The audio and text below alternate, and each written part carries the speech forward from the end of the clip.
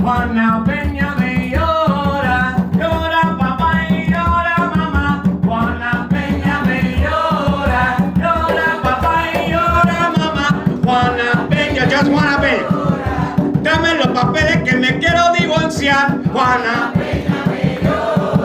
Juana Peña ahora me llora. Ella ahora me llora a mí. Juana Peña me llora. Llora papá y llora mamá. Peña me llora. Llora papá y llora mamá. Juana Peña ahora me llora.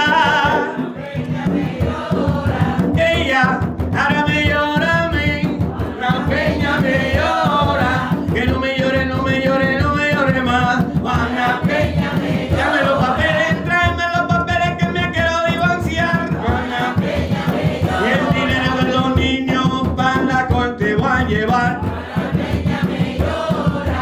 Llora papá y llora mamá. Peña me llora. Llora papá y llora mamá.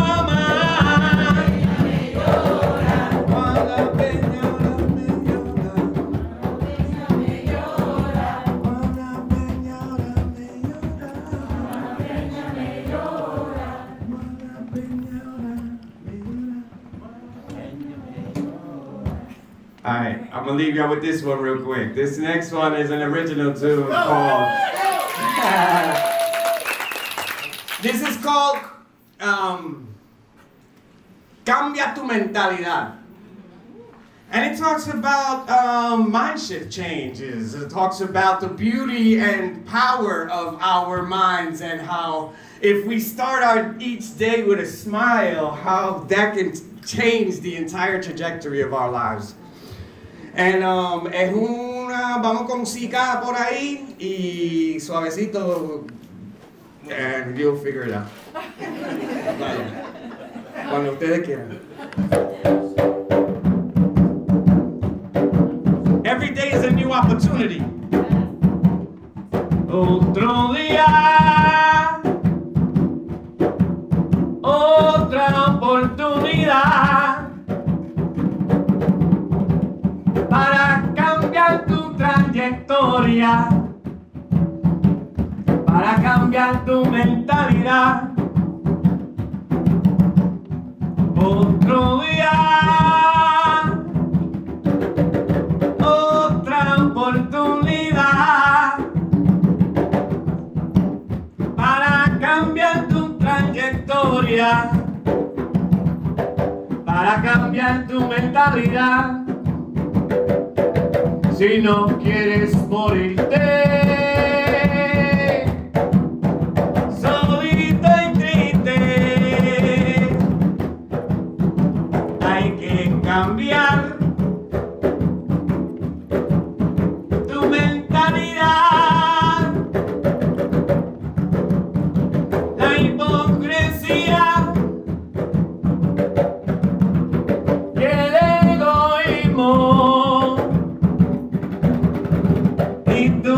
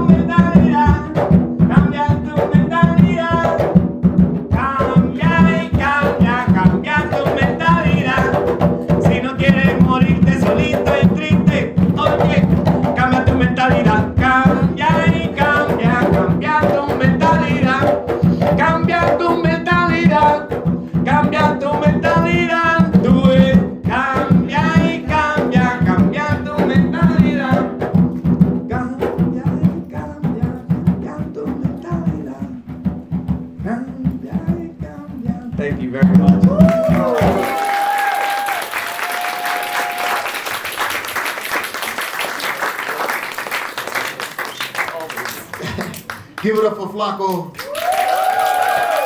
So, by the way, I know poetry is deep and, serious. I'm not that poet.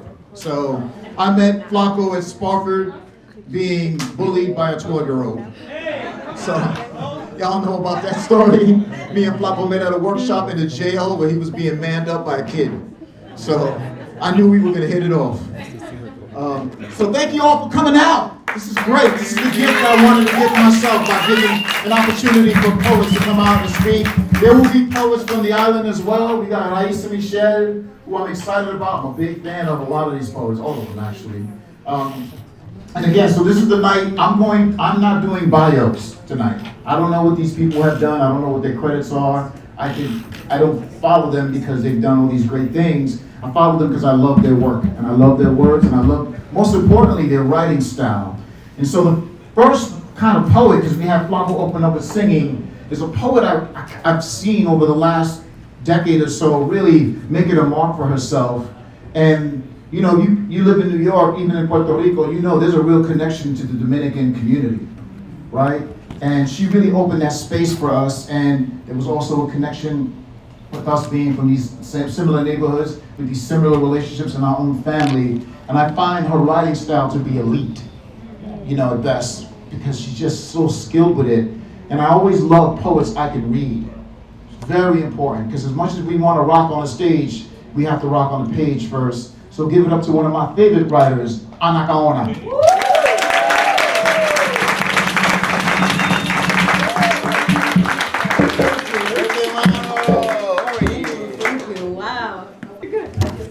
Lady Andrews, everyone. I am blind, and I'm gonna need this. So yes, my father's from the Dominican Republic. My mother is from St. Thomas, the Virgin Islands. But what I recently learned when my grandmother passed away, whose name is Juana Peña. Ain't that crazy? That's crazy. I was almost crying back there because it's just like, I just learned recently that she was Puerto Rican. And I never knew. My father's mother is Puerto Rican. I literally learned like 2 years ago. So I'm still trying to wrap my head around that. My father's so die-hard Dominican. I did not grow up with him, but he was very die-hard Dominican. I'm like, hold on, this whole time you were half Puerto Rican? Sorry. So it's something I'm still processing. But anywho, I'm gonna go ahead and read some poems. This poem is called Dear Lover. And I'm just curious, by a show of hands, how many of you like mangoes? Mangoes? The riper, the better, right? When they're really ripe and juicy, right? Delicious. Okay, so this poem is called Dear Lover. Because you asked why I think we are here on earth, and I replied, to eat mangoes. Why cosmic beings specifically chose to be earthlings is because of mangoes. To eat a ripe mango, it commands all your attention. It is urgent, demanding. You must focus or it slips. It bursts hyperactively once you crack into its skin. Move fast, contort your spine and neck, suck the juices as it escapes out your desperate, slurping mouth. Quickly wipe the nectar off your frantic lips. Catch as much as you can with your tongue as it drips between fingers, streams down your arms, slowly losing momentum, rain dropping off your elbow. Your face, a glorious orange wet. Hairs stuck between teeth, hands sticky sweet, tainted, bright, and quickly drying. Eating a mango is smelling a mango. And in smelling a mango, one gets high off the mango until all you can think of is mangoes. It is void of half-stepping, invoking all senses, directed into that one single dedicated moment, if you are fully to enjoy it, just like life. But because you asked, and because you asked, this is how I want you to eat my vulva. I'm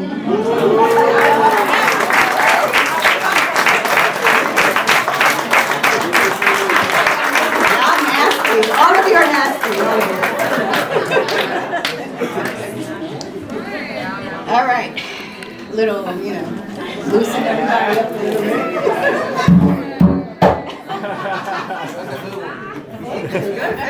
They like that. All right. So this next poem is called Desahogarse, Undrowning. Suéltame, Satanás. I wasn't gonna tell nobody, but I couldn't keep it to myself. Sang the choir, exposed my guilty pleasure, writing poems that greet you, pussy first. Oh, how the world prefers my trauma meager, kept a secret, fully clothed. I swear I wasn't gonna tell nobody, but shared suffering dilutes suffering, and I couldn't keep it to myself. I wish I could sell it, profit, as I've been accused, but damn macroeconomics and its theory of natural limits, my pain isn't special. In a saturated market, it cannot be sold, 'cause everybody got their own. But oh, how their sour tones change if an author appropriates my pain, tells my story for me. They'll award that man a Pulitzer, money, tenure, fame, praise how well he captured the woes of a shipwrecked ghetto girl who fought incubus pythons at the bottom of the Hudson and lived to hide the scars inside a pearl that formed between her thighs. But no, so they fully cringe, call my poems porn because they greet you pearlless, immodest, pussy first. It's sin and soulless to be beaten and told your screams are just for show. And I wasn't even gonna tell nobody. But like redemption song, my hand was made strong. Poets write pain, 'cause when you call a demon by its name, you command it.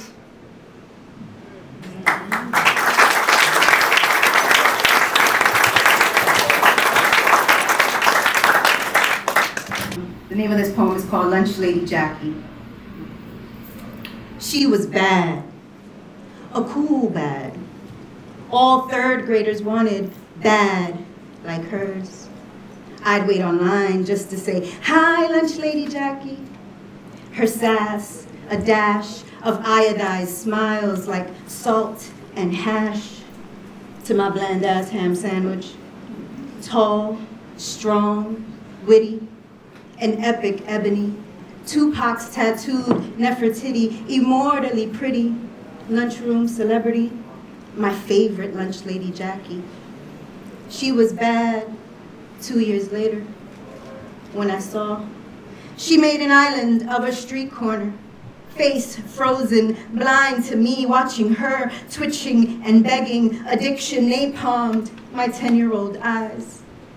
The cafeteria window faced the school's giant crack as wax sign.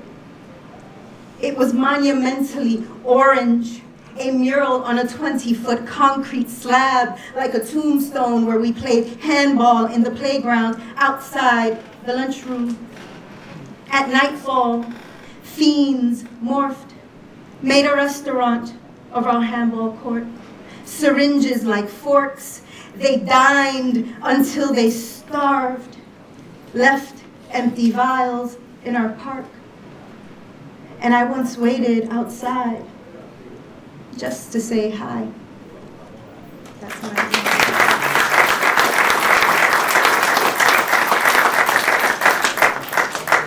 So the title of this poem is Sangana, a good girl disease.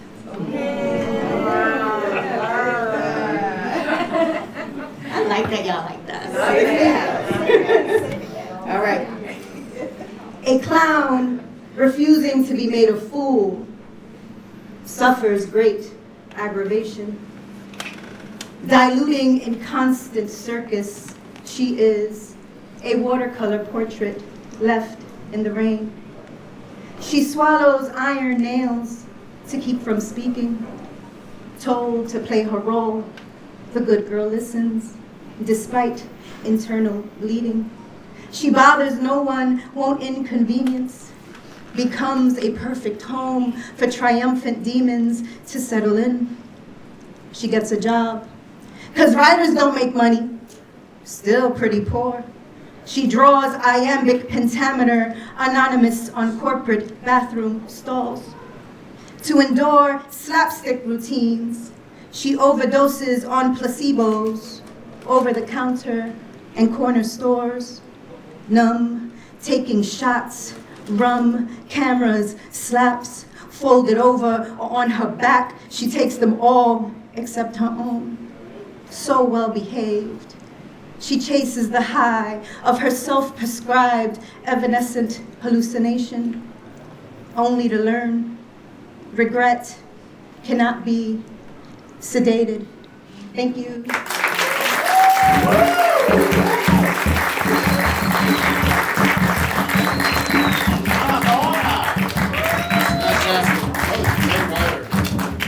Great writer. Give it up again.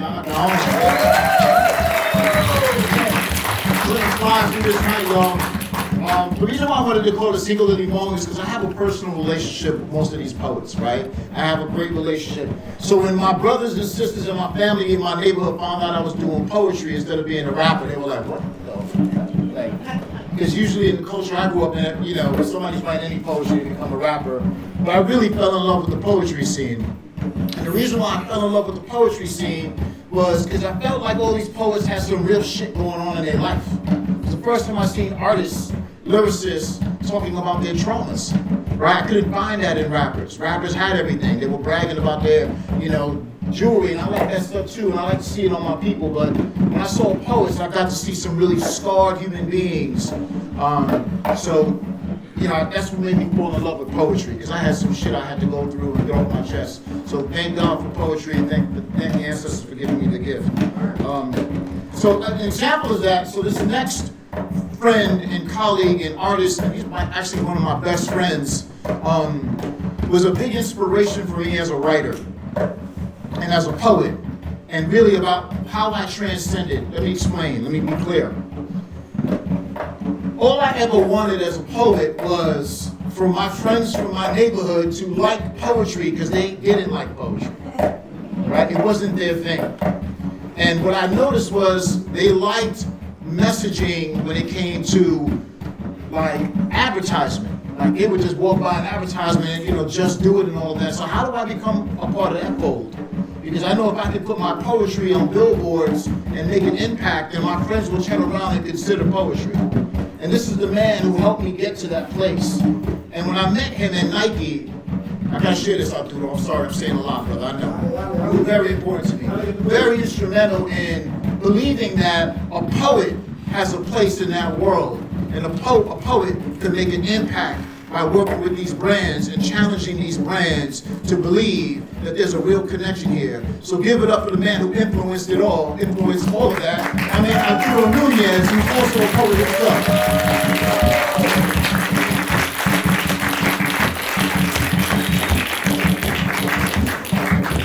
What's up? How we doing? We good? San Juan, we good? Whoa.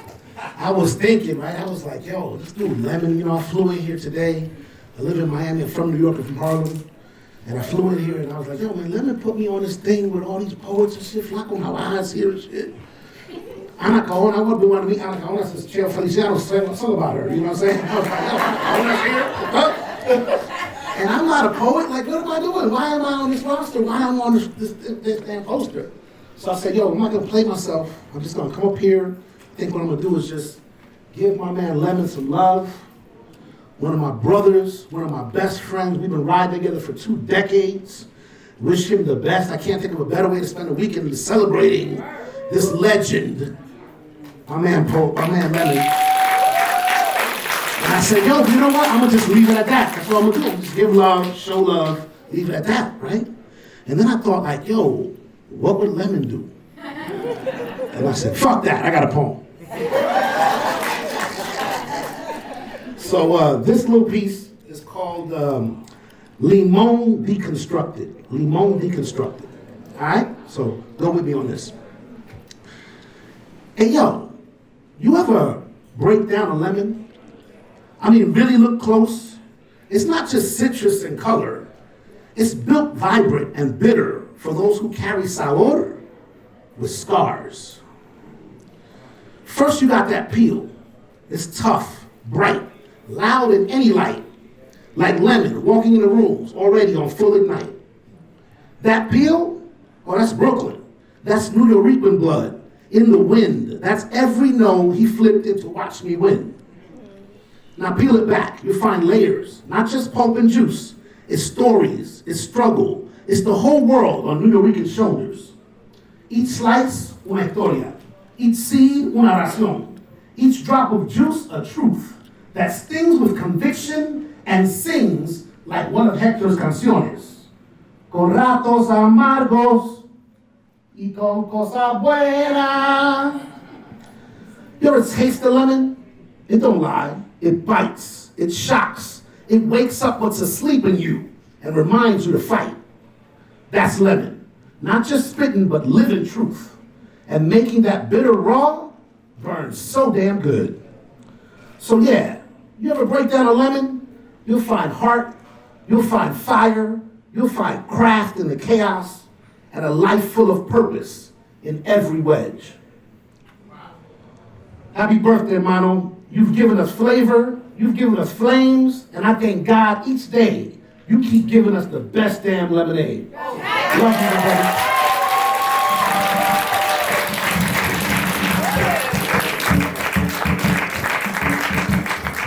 Thank you, brother. I appreciate that. I need that. Thank you for those flowers. Something else we love to do before I bring the next poet up is the work I do and the rooms that Arturo put me in. I get to take those lessons and teach young people. It's very important that I stay true to the work that got me involved, which is being involved in the community. Anyone who knows me in this room knows I'm deeply rooted in teaching young people how to do the work I do, and to do it at a level where it transcends. And now with these young poets, because I be signing my name up in these open mics as Larry, you know, so I can try out some new shit, because every time I put my name Lemon, they want me to do backflips and magic tricks, and I just want to do some new shit. And I get to see the poets, and I get to see the influences, and they pull me out to the corner, and be like, oh shit, you're Lemon, oh yeah, that's what's up. And they kind of look like me now, they kind of dress. I was the only one who had fly kicks 20 years ago, because everyone had cowrie shells, and you know, and that was fly too, but it didn't work for me. But I appreciate you, Arturo, really do, man, because we bring it into the classroom. Thank you for the opportunity. We'll have some more guest speakers as well. So another thing is, before I bring on the next poet, because we want to get ceremonial here, is I got some small poems. Can I do some poetry? A lot of people ask me about my last name. They ask me about my last name. It's short, but here it is. I don't need a last name like Hernandez or Diaz, Ruiz or Calderon to feel Latino. When I have our well-out Spanish Bible highlighted in pink stains and bright yellow underlines, marking out the passages and songs she left behind for the gringo. That's all the bloodline I need. Hey. Pretty short. You can do long poems, you can do short poems, it's writing. Next poet I got coming up, I started my career with her.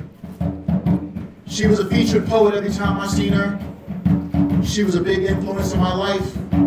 She raised the bar for us to really see where poetry can go as far as voice, song, acting, theater, and most of all, Nuyorican soul. She's a sister of mine, she's a sister of all of us here, and she carries that legacy so well in her work. And I want you to give a big round of applause, for Caridad de la Luz.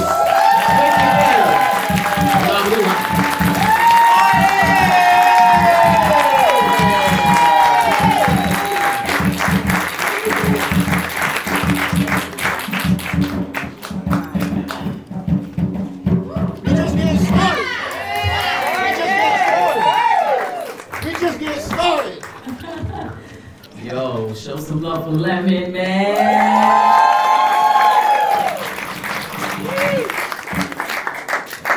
Sheesh. Dios mío. I've been doing this almost 30 years and I'm nervous. What the hell? What can I say? Well, I'll start with this. About 25 years ago, the first time that I was performing in Viejo San Juan was because Pedro Pietri, el reverendo, brought me along.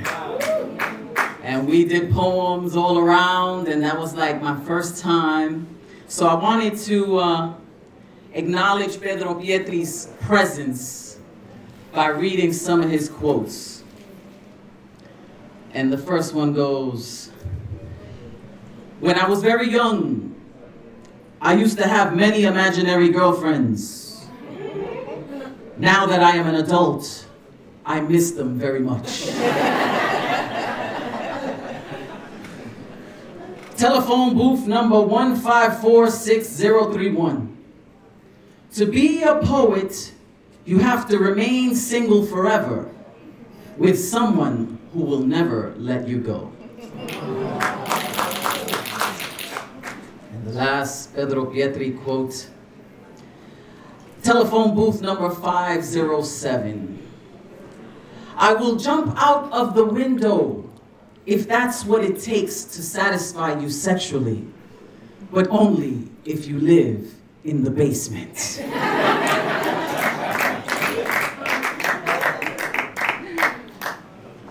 Okay.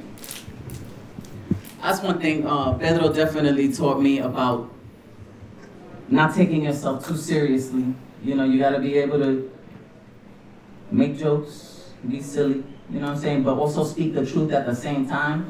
So I was thinking about this, you know, Puerto Rico gives American pharmaceutical companies a lot of tax breaks. I don't know if you know this, but Puerto Rico is the top maker of Viagra.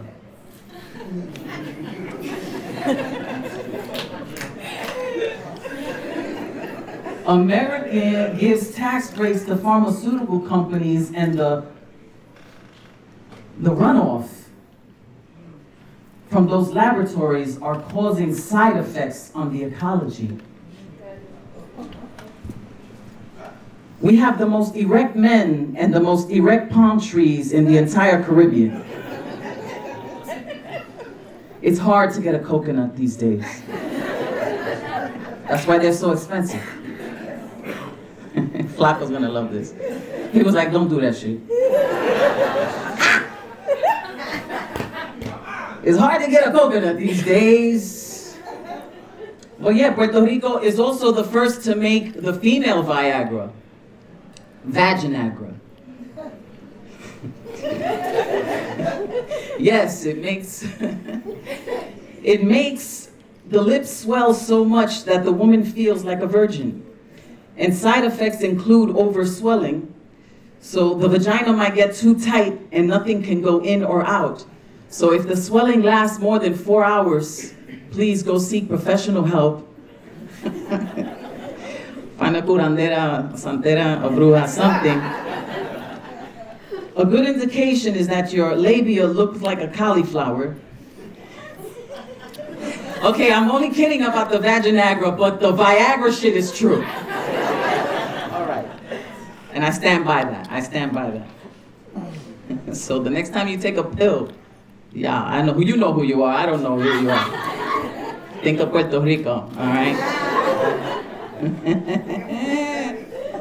Okay. We've been called a lot of things, Puerto Ricans, Nuyorican. We've been called ugly things. And this poem addresses that, because I also like acronyms a lot. So here we go. SPIC, SPIC, it don't mean the same thing to me. SPIC, SPIC, I define my dictionary. SPIC, SPIC, ten mucho cuidado como llamarme a mí. SPIC, SPIC, que con mi ESP, I see what I see. Spanish people in crisis. Speak politely, I'm crazy. Spain probably isn't caring. Statehood probably isn't coming. Separated people inevitably crumble. Start participating in culture. Strong, pro-independence community. Society prefers indifference collectively. Speaking powerfully involves commitment. Similar patterns in chimps. Slander purposely impairs confidence. Surviving people's insensitive comments. Socio-political insanity continues. Speaking purposefully is constitutional. Still placed in cadenas, sees Puerto Ricans in chancletas. Spiritualists praying ignite candles. Some propaganda is comedy. Stop praising ignorant celebrities.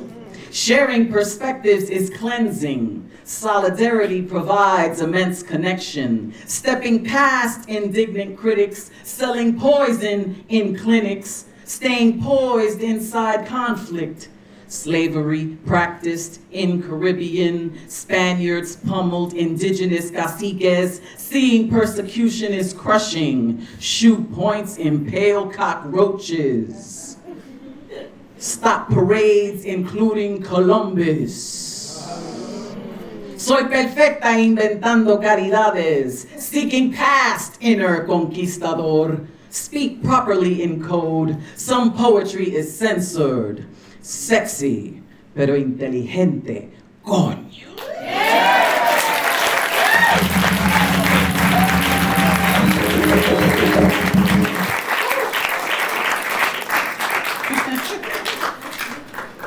I'm glad I survived the Vaginagra joke. Y'all are good. Y'all are good. I got through it. Okay. So, this piece, I wrote it when we were protesting to liberate Oscar Lopez Rivera, and it continued, and then Hurricane Maria, and then, so this poem is, if Puerto Rico could speak, what would she say? Puerto Rico me llaman. I am Puerto Rico. That is what you call me. Yo me llamo Puerto Rico. If you came from me, you will go from me. You will come to me. You will grow from me. Puerto Rico, Puerto Rico, Puerto Rico, Puerto Rico. Pour to Rico. Pour to Rico. Africa, Spain, Taíno, Madre del Jibarito, defended por Albizu. I've made many sacrificios. A mí misma me critico. I have taught all of my people to turn the other cheek, though. I've been a refuge politico to the French, the Dutch, the Spanish, the English, the Catholics, the soldiers, the tourists. I've treated everyone as equal, and now there is a war against all Puerto Rico. We are fighting an elusive creature that owns me as its paraíso. ¿Cómo me explico? ¿A qué me califico? ¿Por qué me mortifico? I am not poor, but rico. We were offered fool's gold while they robbed us of a sharehold. While nacionalistas foretold the takeover of control, we danced and fell into the American mold. We warmed ourselves with tropical memories while facing the American cold. But what is untold, we will expose. There are no more cheeks to turn.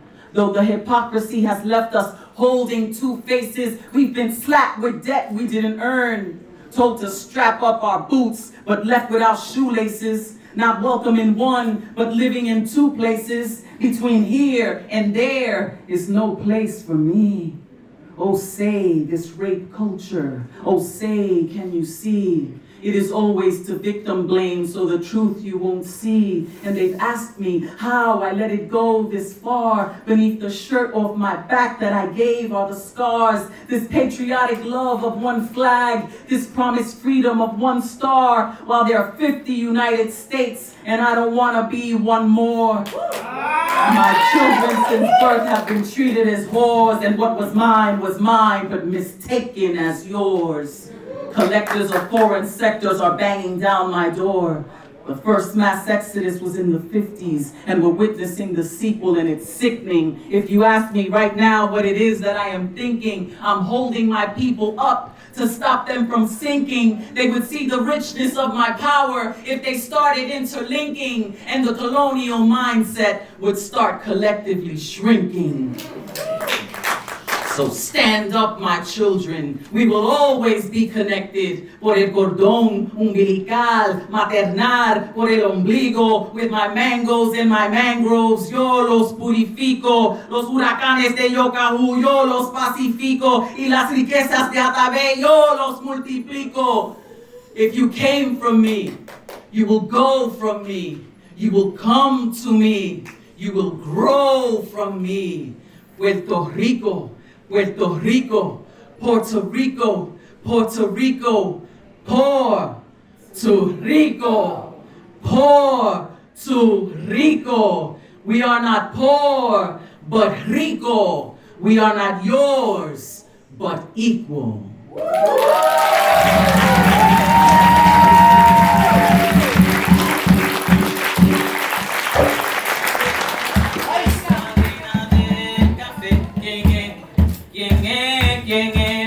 Del café, la reina del café, la reina del café, ¿quién es la reina del café? La reina del café, la reina del café, ¿quién es la reina del café?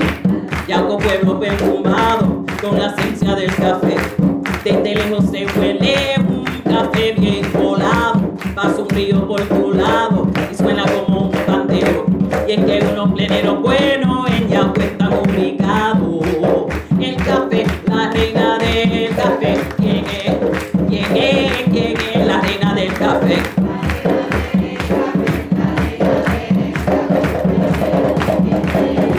La reina del café. Sábado, domingo, lunes, martes, miércoles y jueves. Mi café estuve colando, ven y pruébalo si quieres. De café, la reina del café. ¿Quién es? ¿Quién es? ¿Quién es la reina del café? Pero, ¿el viernes no se toma café?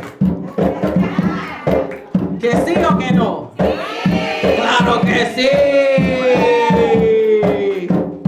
Esto no es té ni chocolate, esto es un mensaje para despertarte, sentir el sol y tierra con piel canela, caribeña como mi abuela. Eso era lo que era, colado en una media, un cafecito rico y una galletita y un pedazo de queso. ¡Qué rica, qué rica! La reina del café, la reina del café, la reina del café. ¡Pum! Galleta en la cara.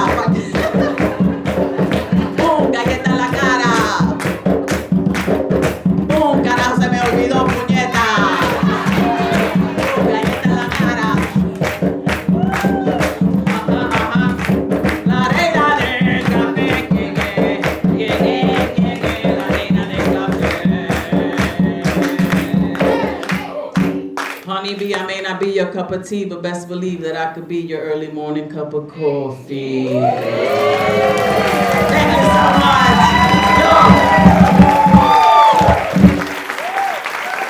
Okay, one last thing. No, stay right there. It's for you. This is for you. Because I'm not even writing this. I'm just telling the truth.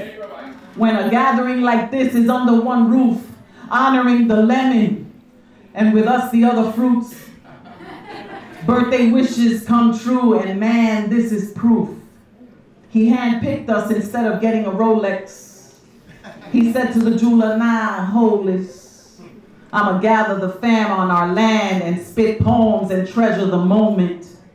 Here's to you, a tremendous husband, father, brother and poet. I sentence you to another 50 to life. Because this world is brighter with your light and the ways you show it. Bendiciones. Happy birthday, Lemon. Stay golden, baby. Stay golden.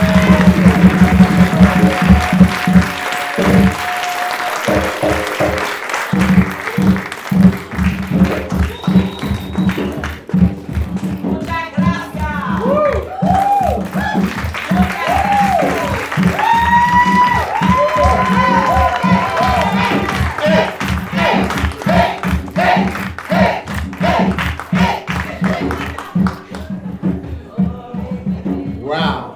Thank you so much for that. Thank you. How about that? Give it up for Carlos. We got so many poets coming up. This is very exciting. Next poet I got coming up. I can't get over that poem, by the way. It's so true. It's so true. I did give up a watch to do this. I was like, damn. Yeah, I'll do a poetry reading in Puerto Rico. That means so much more to me. And really, thank you all the poets that really came out to fulfill this dream. We're halfway here. Like, don't worry about it. We got so many poets coming out. We're moving through this very well. But it's only right that when we come to La Isla, right, that we come and we show respect and love to the poets who are doing it here. There are a lot of amazing poets who are doing it here. And they're doing it with fire and spirit. And we're carrying that tradition on in Nueva York, in Florida. Anytime I see poets from the Puerto Rican diaspora, African diaspora, it's the fire, right? And these poets that I'm going to bring up next carry that fire I love so much about us as Puerto Rican people, as Boricuas, as we say, right? And one thing I'm going to say is I take a lot of pride in being a Nuyorican. I really do. And you know, I take a lot of pride in coming here and being a Nuyorican as well, to let everyone know that I have a real sense of my identity. But I also know who my brothers and sisters are, my cousins are, and my people's from here. My man Red, he'll tell you how much I love this island, how much I come back to give to this island, because eventually I will be coming back here. They will be spreading my ashes here. So, with that being said, the next poet coming up lives on this island, breathes this island, and the fire in his soul is so infectious. Y'all give it up for Rafael Ocasio Cáceres. That's right. That's right.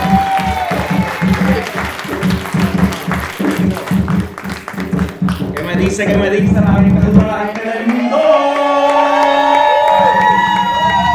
Estamos activos y receptivos, gracias a la máxima potencia, de verdad que sí. Pues para comenzar, just to start, I feel very honored because this is where I start here, like last year. So I feel very proud about myself and doing this and honor the life of Limón. So I'm gonna start with a poem that is called De allá, pero de aquí. Y dice: para los que no vieron atardecer en Rincón, ni mojaron su piel con mi aguacero, pero llevan la bandera en el corazón y cantan con orgullo en el extranjero. Pero para los que aprendieron a hablar español, en calles donde todo suena a ruido, pero escriben con sabor a coquí y sienten boriquén en cada latido. No nacieron en tierra borinqueña, pero la llevan puesta en su mirada. Su voz resiste, su danza isleña, y en la diáspora son patria levantada. También son hijos de esta llamarada, los que siembran su amor por la montaña. Aunque la nieve, la selva o la nada les cubra el pecho, el alma nunca engaña. Levanten la voz conmigo en la altura, los que sienten la raíz bien profunda. Juremos sin miedo, con fuerza y pasión, que el orgullo borincano no se esfuma. Así que dice con la mano arriba o con la mano en el corazón, dice: porque en mis venas florece la cuna, y aunque el universo entero se desuna, sería borincano aunque naciera en la luna, con mi alma en pie, mi voz y mi bandera en una. Gracias.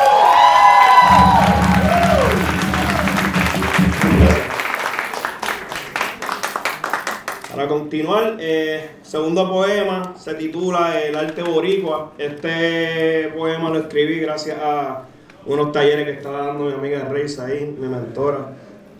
Y dice, en colores vivos se guarda el ayer, la bomba y la plena laten con poder raíces profundas que saben crecer, preservan la esencia que no va a ceder. En murales vivos la lucha se ve, grafitis que gritan contra el mal que fue. Un pueblo que alza su voz y su fe, resistencia eterna a fuerza de café. Canción de protesta, un himno para cambiar. Verano de lucha y el pueblo a marchar con ritmo y palabra. Se hace vibrar la hoguera viva que invita a soñar. Donde el huracán dejó soledad, el arte transporta dolor en bondad. En la oscuridad un mural florece, enseñando resiliencia a la comunidad.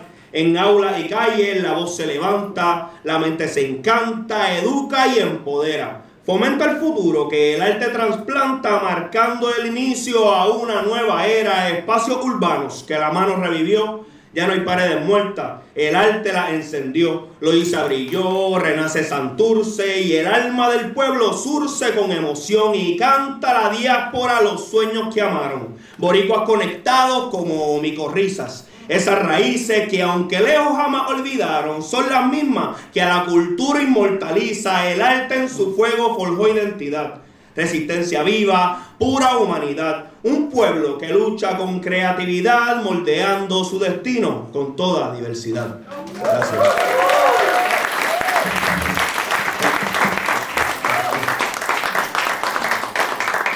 Este siguiente poema se titula Raíces de mi ser. Dice, no nací de una sola semilla, soy mezcla de tierra, sudor y tambor, raíces taínas, cadenas de arcillas y un grito en la historia que nunca murió. ¡Guapa! Mi piel es mapa de 1000 invasiones, mi voz resistencia disfrazada en canción, camino descalzo entre viejas naciones que al sol se aferraron sin rendición. Soy jíbaro, santo, mulato, poeta. Del monte al mar llevo mi dignidad. Y aunque me arranquen, la isla me aprieta, soy hijo del viento y de la verdad. En cada lechón, en cada aguacero, en cada canción que mi abuela cantó, hay siglos de fuego, de amor verdadero. Hay un Puerto Rico que nunca se ahogó. Mis raíces no están bajo el suelo, están en el alma que quiere volar. Porque aunque nos nieguen el cielo, sabemos luchar, sembrar y sobre todo, amar. Gracias.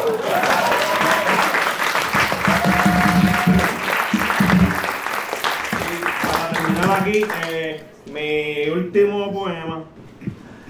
Somos un punto en el mapa, pero un universo en la voz. Archipiélago de alma ancha que jamás caminó veloz, pero llegó a donde otros jamás soñaron. Raíces negras, taínas y europeas, fusión de fuego, cacao y sal. Nacimos entre cadenas y estrellas y hoy tocamos lo universal. Desde calles humildes nacen científicos, poetas y atletas. Grafiteros que pintan verdades y ritmos que el mundo respeta. Exportamos talento sin permiso porque nos sobra el don.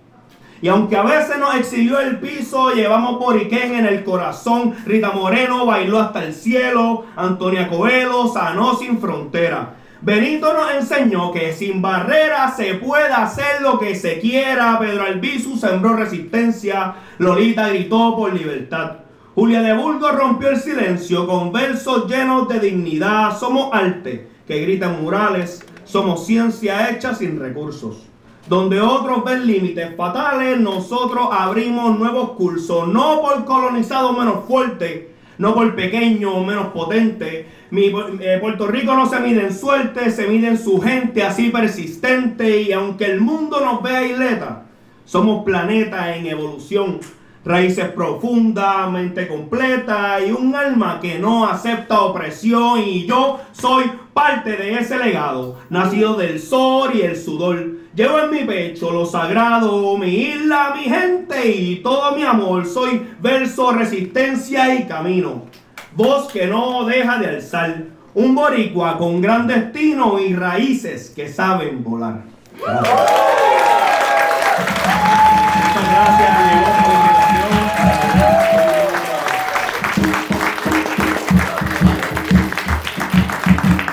Rafael.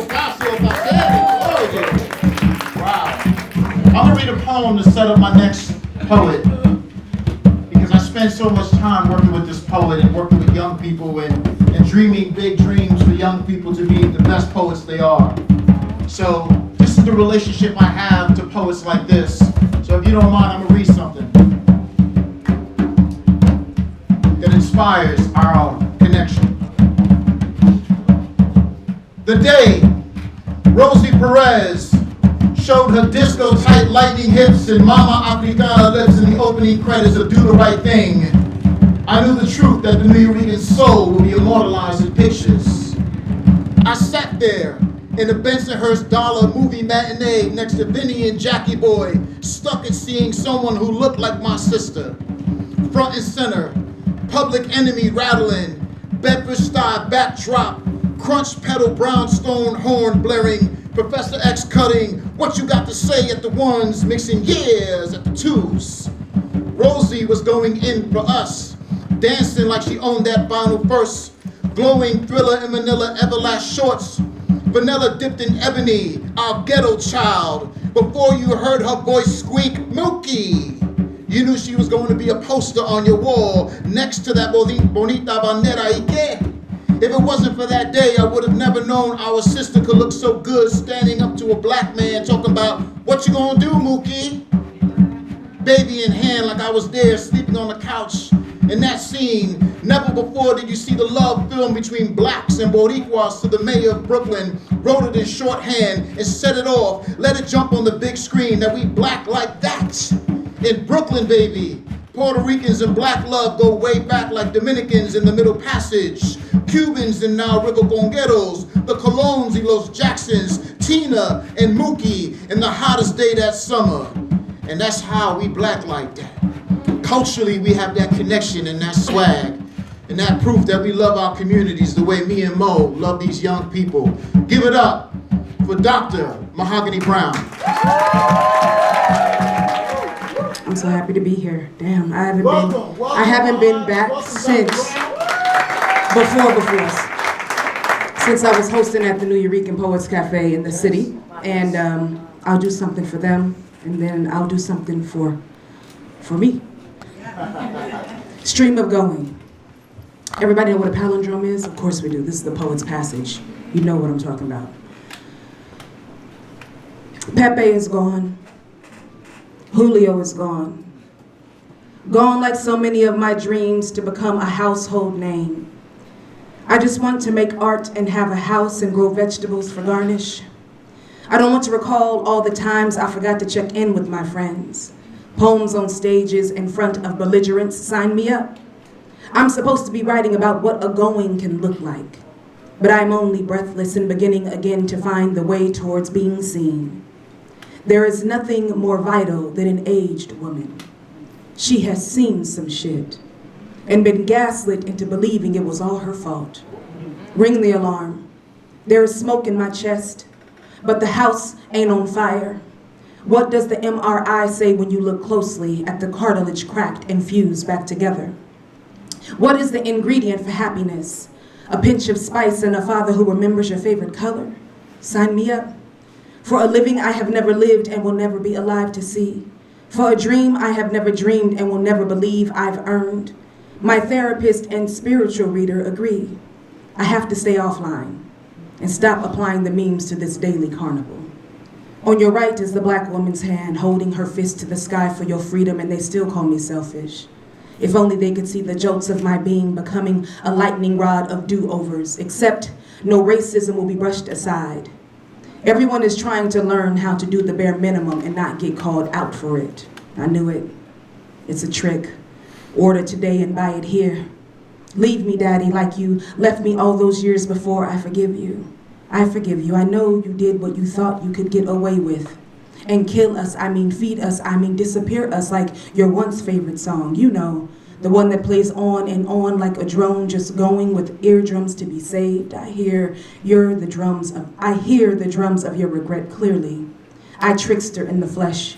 I begat the breath. I clean your clock with one sake to me cake from a southern woman's kitchen. Oh, grandma, here you come. Sauntering in late into this stream of consciousness, this stream of stream. My God, how I miss you. My stars, what a blues song you've always been. What a blues song you've always been. My stars, how I miss you, my God. Oh, Grandma, here you come. Sauntering in late into this stream of consciousness, this stream of stream. From a southern woman's kitchen, I clean your clock with one socket to me cake. I begat the breath, I trickster in flesh. I hear your dreams of your regret clearly. With eardrums to be saved, just going. You know, the one that plays on and on like a drone. Like your once favorite song. I know you did what you thought you could get away with and kill us, I mean feed us, I mean disappear us. I forgive you. I forgive you. Like you left me all those years before. Leave me, Daddy. Order today and buy it here. It's a trick. I knew it. I knew it. Everyone is trying to learn how to do the bare minimum and not get called out for it. Except no racism will be brushed aside. Becoming a lightning rod of do-overs. If only they could see the jolts of my being and they still call me selfish. Holding my fist to the sky for your freedom. On your right is this black woman's hand. I have to stay offline and stop applying the memes to this daily carnival. My therapist and spiritual reader agree. For a dream I have never dreamed and will never believe I've earned. For a living I have never lived and will never be alive to see. Sign me up. What is the ingredient for happiness? A pinch of spice and a father who remembers your favorite color. At the edge, at the cartilage cracked and fused back together. What does the MRI say when you look closely? But the house ain't on fire, there is smoke in my chest, ring the alarm. There's something more vital. There's nothing more vital. There's nothing more vital than an aged woman. She has seen some shit and been gaslit into believing it was all her fault. But I am only breathless and beginning again to find the way towards being seen. I'm supposed to be writing about what a going on can look like. Poems on stage in front of belligerents, sign me up. I don't want to recall all the times I forgot to check in with my friends. I just want to make art and have a house and grow vegetables for garnish. Gone like so many of my dreams to become a household name. Julio is gone. Miguel is gone. Pepe is gone.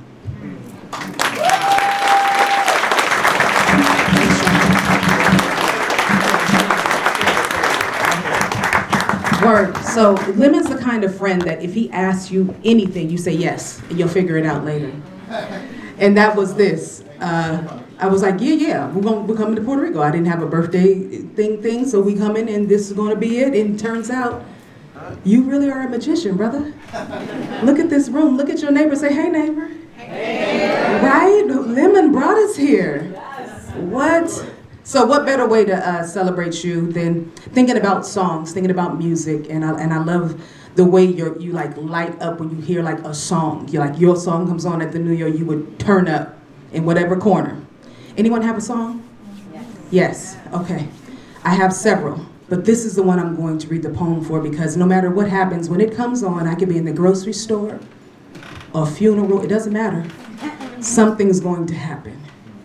And Maggie Smith said, if you love the world, give it your attention. So this is what I'm doing. I'm giving the world my attention. Like the most crazy part of it all is that this is your song.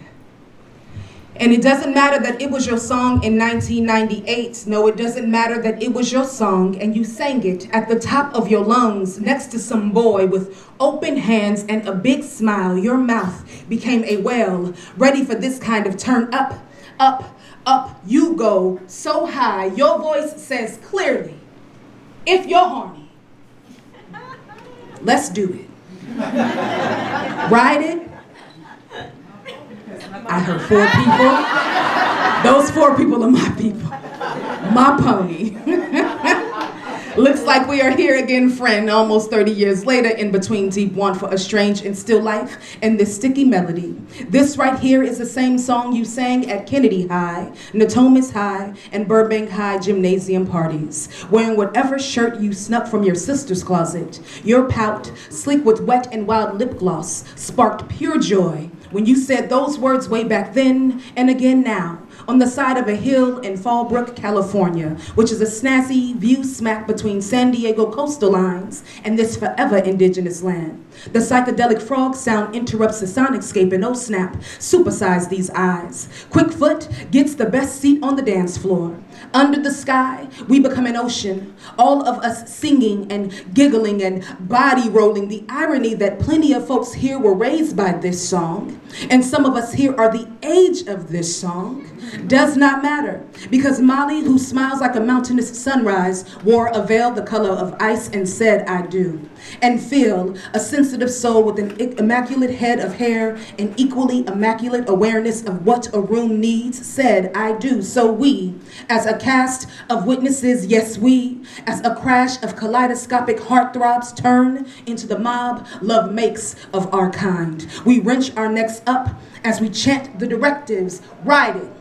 My pony, my saddle is waiting. Come and jump on it because we all know this isn't promised. Not love or attraction. Not someone holding you by the small of your back to lead you gently through the bodega ice cream section. Not someone holding your bag when the fight commences. Not someone remembering your chosen name. Now, we all know fairy tale endings ain't nothing but a colorful prayer. The only certain thing are the choices we make, and those who attend the miracle of combining bloodlines and dreams and believing in the bounty of love, because look, against the lush landscape, a true thing. To the left, a bride, eyes the color of evergreen. To the right, a newly minted husband and his ombre hazel eyes. And in the center, we all nod and cry and move sure-footed to the dance floor just in time. We don't talk about the acoustic version of the raunchiest song ever made. It happened. It's terrible. Instead, every poet in the room hurries to write down the memories to complete this witty metaphor at a later date, because that odd acoustic version is really just a reality check, a reminder that one day someone will remake your greatest hit poorly. And then someone else will say, what the hell was that?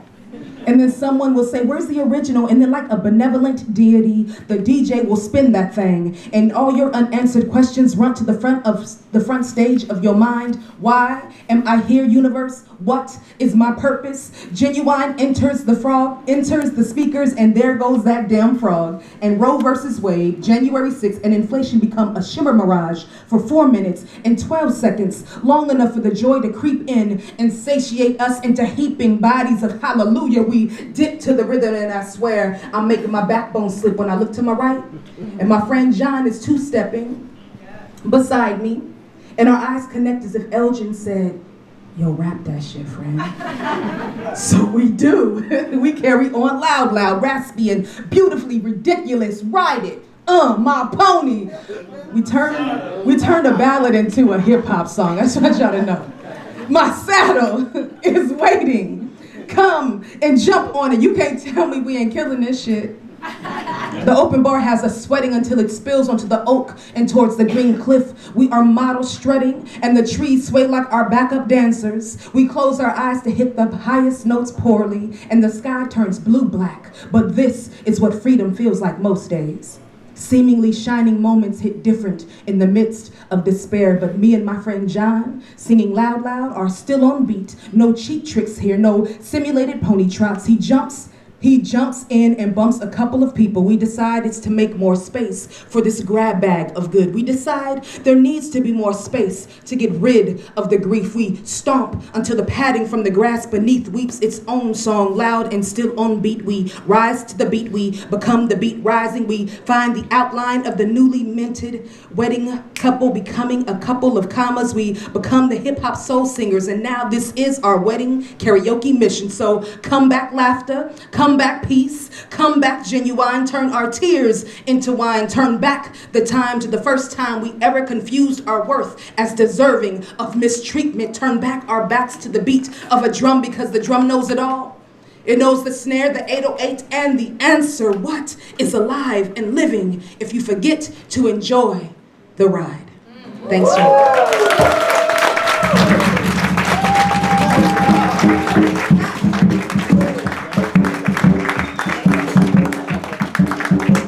Growing up, my homies would say to me after rooftop cypher, yo son, where you going? I'm going to see Shakespeare in the Park. What the fuck is that, yo? Man, just a bunch of fools rapping about their world, that's all. Cool, yo, be careful.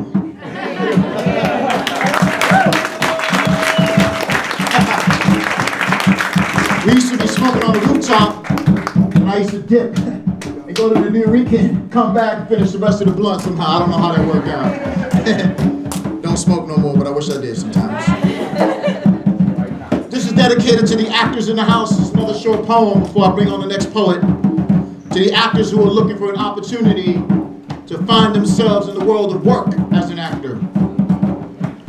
And this is called You Think.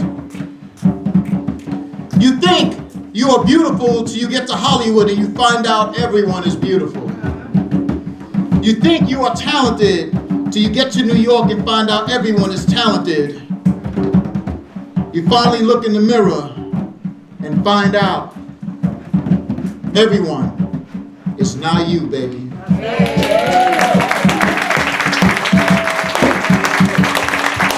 All right, let's switch it up real quick. Another thing I did was, because I was a part of a show called Deaf Poetry Jam. I don't know if you know Deaf Poetry Jam. I'm gonna get to you, Elizabeth. I like doing that part. I'm gonna get to you, Elizabeth. Can't wait. But Aisha is here. Y'all ready for Aisha Michelle? I'm such a fan. You have no idea. And we got Flacco. We got a couple of poets left. But being in Deaf Poetry Jam, I'm always around rappers. So it was always like the poets had to be in ciphers, Flacco knows, right? They always put us in a cipher with the rappers. So instead of ignoring an opportunity to jump in, I jumped in and said, y'all want to do this? I'll do my poetry, you do your rapping, and we'll figure it out. And after 7 seasons of being in Deaf Poetry, because I was in it for the takeover. I don't want to be in Deaf Poetry, I want to stay in that shit. And there was a reason why, because I wanted to make that connection that poets were part of this culture as well. And so someone who reminds me of that connection is coming up next.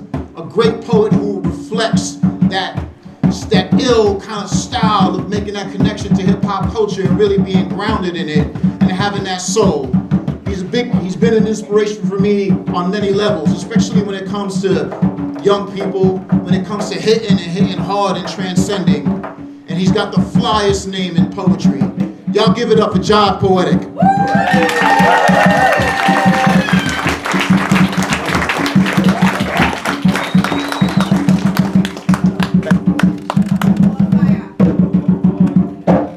Welcome. What? And yo, you don't understand. When you live in is that Flacco? Is that Flacco? Yo, I haven't seen Flacco like 20-something years. All right. Yo, the thing is, when you live in New York, this island lives in like a mythology in your brain. So being up here right now, it is a little overwhelming. And I live in Brooklyn. I don't overwhelm easily, but I'm like, this is incredible. Thank you for allowing me to be here this evening.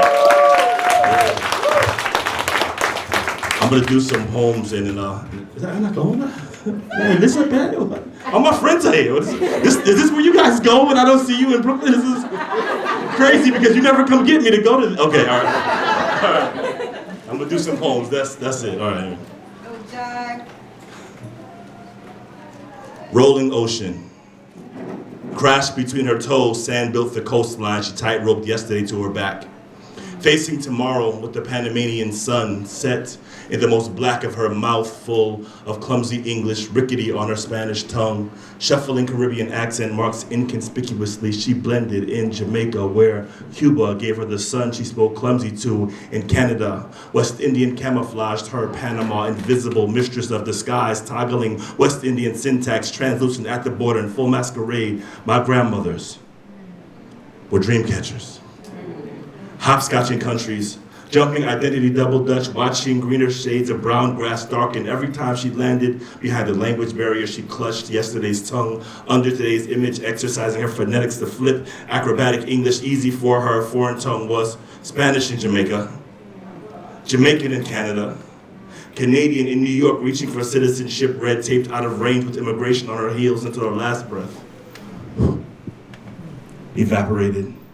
Above Los Angeles, as black as planned, her maple-leaf colored children sifted accent-free, obscured behind Jamaica, Panama was blindfolded, monolingual, my tongue now rolls as rickety as her English did 3 countries before. One cold shoulder ago, Latin America recognized me no more than Jamaica did, call me American boy, under breath, over unbroken speech patterns lost in translation. I felt invisible, while visibly in neither command of enough Spanish nor Patois to correct the secrets hiding her inside me, undetectable even in death. She lives around the border of my eye, while I, tongues away from the language, never to speak in the New York of my tongue, 2 generations away, and I kid you not, I'm in the dark of this dance hall.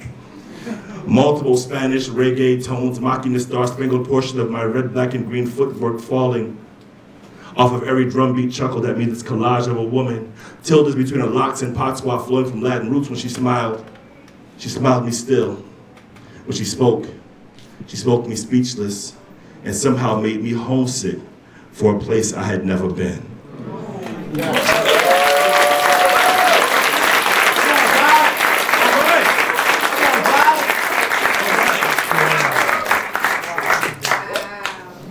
Hey, what else do you do?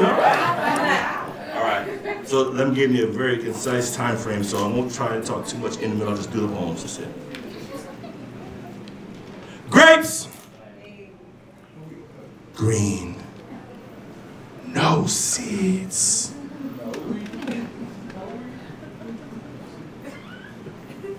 Fresh from the fruit stand that only sold fresh fruit. Fresh, definition, directly from the source in its newest form. Question, is fresh fruit fresh from the tree or fresh from the processing factory? How is it possible for seedless fruit to exist? Fruit, definition, seed-bearing part of a plant. Plant, definition, an organism that reproduces through the production of seeds that are fed by the fruit of the plant. Alternative definition, a building that produces synthesized food for mass consumption. Conclusion, fresh is too ambiguous of a description for the noun fruit. By possibly alchemists are dipping their fingers into biological engineering and cloning the altered genetic makeup of your food. Question, if they're cloning your food, what makes you think they won't start cloning people soon? They've already cloned sheep, created broccoli flour, hybrid animals and vegetables are the precursors for the clone wars that have already begun to produce these mutated science projects that behind bars in South American circuses. They will soon be able to control the production of minorities. And I'm not just talking about black people. I'm talking about redheaded lefties too. Right now, Stanford University is manipulating human stem cells in graduate laboratories. It's only a matter of tick-tock time. I said it's only a matter of tick-tock time before you see an identical you. And you'll be nothing more than a copy of yourself, boiled down to a jar of liquid blueprints, labeled with the barcode, numerical representation of your height, weight, social security number, on a shelf next to a bottle of seedless grapes. Green, no seeds. Possible side effects, never fully disclosed to the public. Cause of cancer and sterility, never fully disclosed to the public. Question, is there a connection between processed food, cancer, and sicknesses? Possibly. Cloning will become like population control, life insurance, taxable to the point the average person won't be able to make families, and the common person will become extinct, studied, and remembered by the rich and super rich who fight to live and die at the hands of the next scientific revolution before it spins into action. Quote, the only thing keeping people from cloning people is the fact that it's immoral. Like lying. Like cheating, stealing, killing, immoral, it's Tuskegee experiments. All immoral are considered justifiable under the right hand of the law. Conclusion, immoral doesn't mean illegal. So secretly cloned people are being reproduced on conveyor belts in controlled environments will get attention of having them leak into the general population, replacing the unfavorable individuals who've all been trained to enjoy eating grapes. Green. No seed.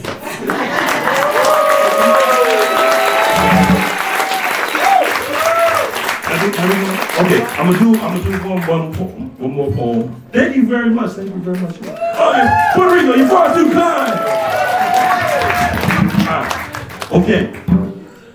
All right, so team, you guys can give me some people with give me some of that. Like, boom. I feel like I should do a magic trick. That's okay. Look, I need you guys to give me something. If you can imagine. Oh, first, I wrote this poem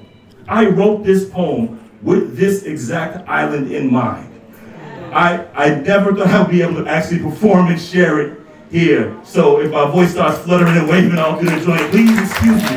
I'm actually in the middle of a poem that I wrote like 15 years ago, so I'm really excited to do this. So this is a warning from the bottom of a slave ship to all of the Arawak and Taino people. And that's what it is, man. We gotta continue to fight colonization. We gotta continue to fight oppression. And I think this is the place to talk about it. So like when you give me these drums, I want you to hit me with something like, you think the colonizers is coming, we want to run them all with this, all right? I want you to scare colonizers with it. I want you to like, yeah, boy. A little bit slow, a little bit slow. Yeah. Arawak woman, my fear is this warning may never reach from my throat to the alarm of your intuition. For we share no language to express the danger your people face. They are not safe. They will be ripped limbless. Their blood will run to stain you fearful, stain you motionless as the armadas come, soiled in deception. Soiled in the stink of self-righteous, they will move. Pulpit murder on breath.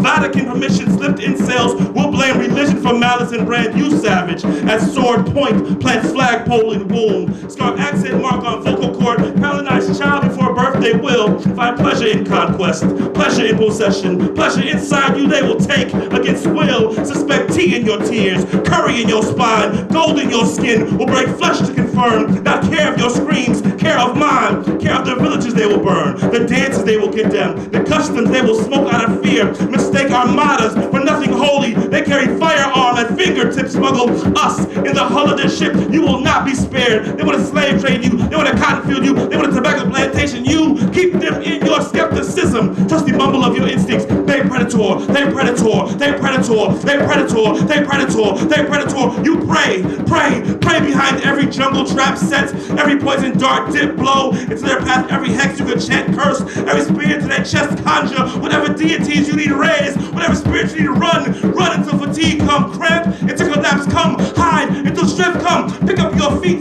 pump your arms until flight come, until broken wing crash, until broken hip crawl. Woman, they want to Latina you, they want to Caribbean me, they want to Western us into their second class native sister, native sister, native sister. We will not let them. We will not be their sugar cane. We will not be their sugar cane. We will not be their sugar cane. We will not be their molasses. We will not be their molasses. We will machete chop them bomba clots first. We will turn ourselves to the sun. For we ever let our sons go to their cattle. For we ever let our daughters shine.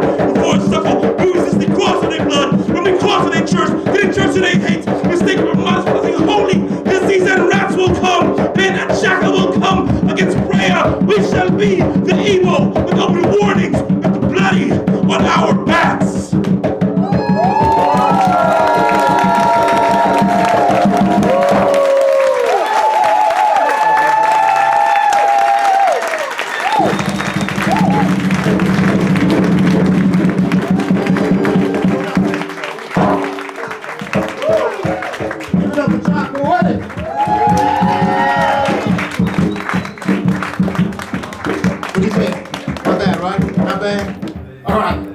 We're in the home stretch.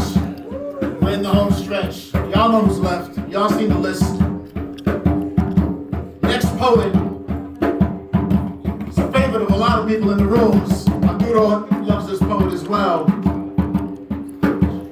I watched this poet just make the connection I've always wanted and I've always loved about poetry and the Nuyorican style. What I see Elizabeth do to the world, different. That connection is different. The love and the passion she has for Bushwick, Brooklyn, but most importantly for Puerto Rico and her family. It's the connection we all need to bring into the homes, into the spaces of our crafts. I'm so proud of you, Elizabeth. You need that a lot. Like, I love your writing, and I love the way you transcend and make everyone love what we do. Y'all give it up for Elizabeth Velasquez.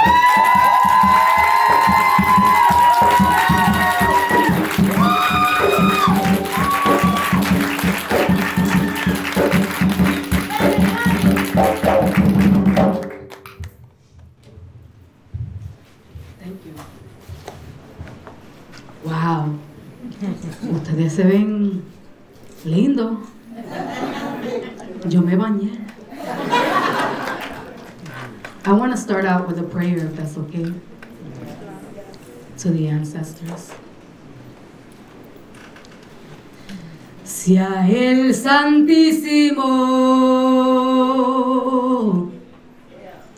Sea. Si lo saben, lo cantan conmigo. Sea el Santísimo.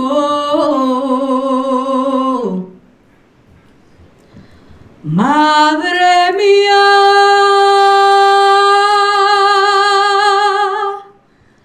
de la caridad,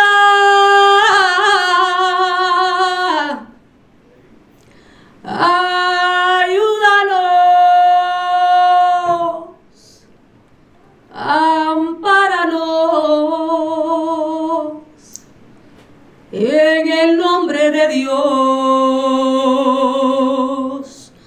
Ay, Dios.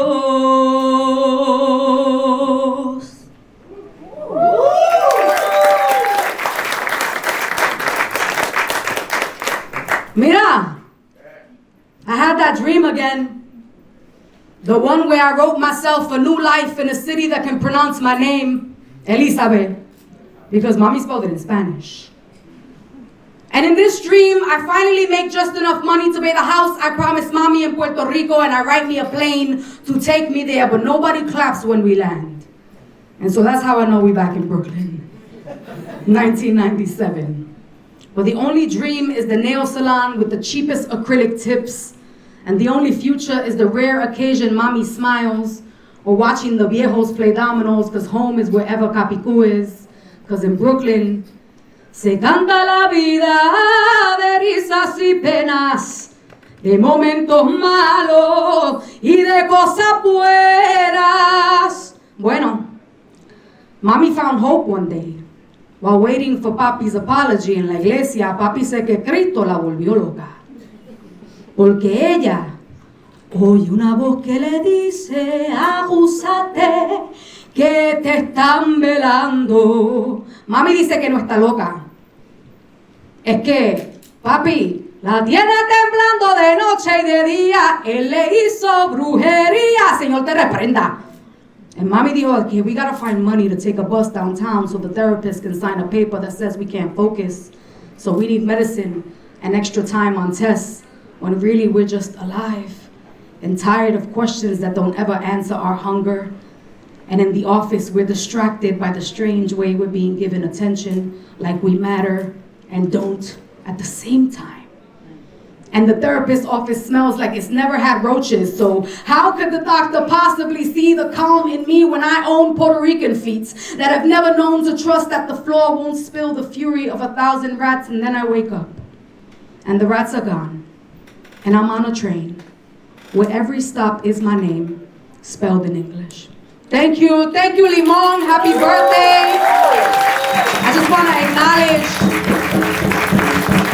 acknowledge that I'm only here because of poets like Lemon Andersen, because one day I got cable and I was able to watch the poetry jam, and I was like, wait a minute, the Puerto Ricans are, they up, Maida del Valle and Willie Perdomo, and I'm only here because of Jive Poetic and Mahogany Brown, and I am only here because of my mother. And so I want to dedicate this set to her.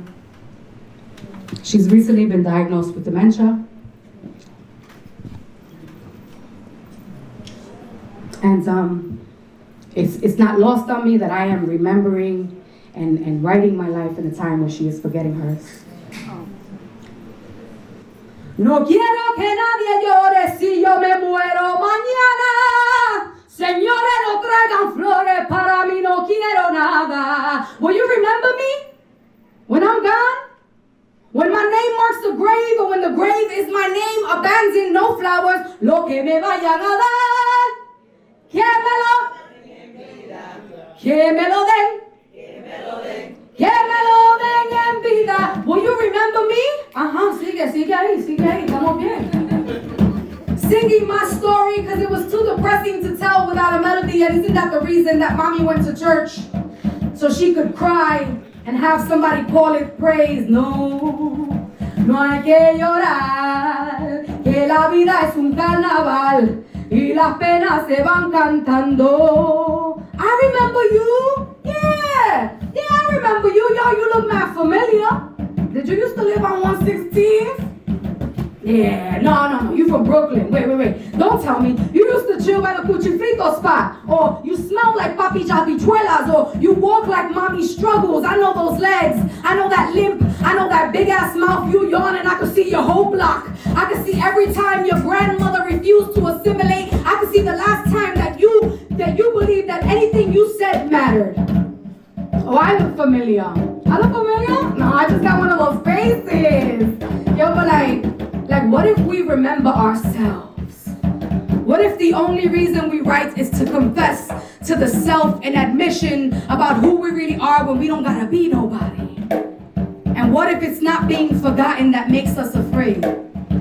What if we are scared to live forever? To be so alive after we die that we won't even get to rest?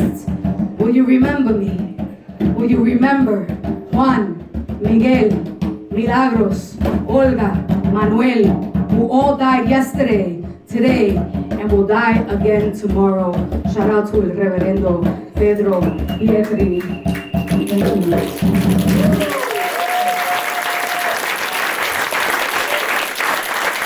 Also, shout out to La Bruja Caridad, to the first Puerto Rican poet I saw in the Daily News in Brooklyn. I was like, yeah, that's cool. So I found out there's a whole row of women who aren't related, but every single one of their fathers is a bodeguero. And they was like, your dad's a bodeguero, my dad was a bodeguero. So I want to dedicate this to your dads, who kept me fed, and my family fed. And dedicate this to Bushwick. Bushwick! Yeah. And to the Puerto Ricans that are still there, because we're still here, right? Dear Bushwick, there's so much to say about you, I can't say it in a poem. I promise to write a book about you if you promise to remain my home. I know it's hard to stay the same when growth sometimes means changing. But we haven't grown, we're just a product of some rearranging. It hurts to see you like this sometimes, you look so different. Remember when I said I'd never leave you and now I barely visit? Bushwick born meant you live to make it out or you dying in it. Mommy still lives on the corner of Trauma and Irving. They tried to move her out. They say she's not deserving. I'm learning, discerning the difference between danger and safety. If there's less crime, why is it still dangerous for most of us lately? That's politics, they say, as if our lives ain't political. I write poems that make people uncomfortable, so they call me cynical. But back to Bushwick, I miss you, man. Let's catch up sometime. I heard there's a Starbucks on Wyckoff. Let's get coffee and remember the time, but also fuck Starbucks.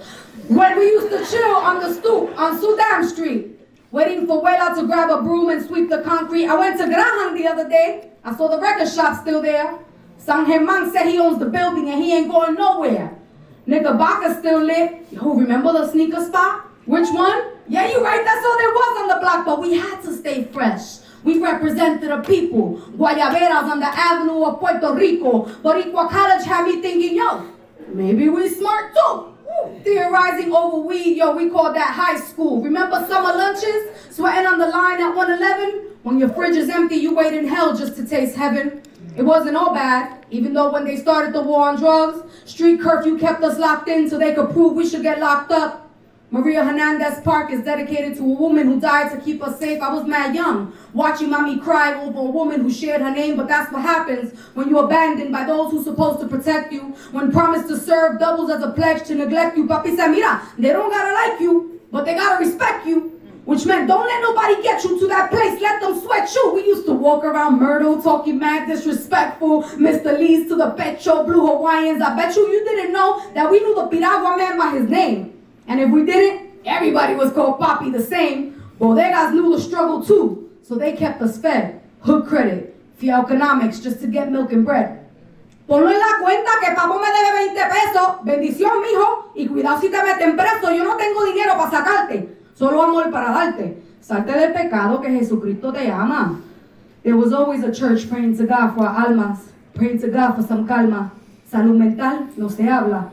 Si parezco de los nervios porque los cupones no alcanzan. I never thought I could be an artist because of systemic disdain. How could that possibly be beautiful? How could I possibly escape They say, get over it, that's trauma porn. Nobody wants to hear the same old saying, but if we trauma born, that means we know how to laugh when we're in pain. I got one more poem for y'all. Yeah, let's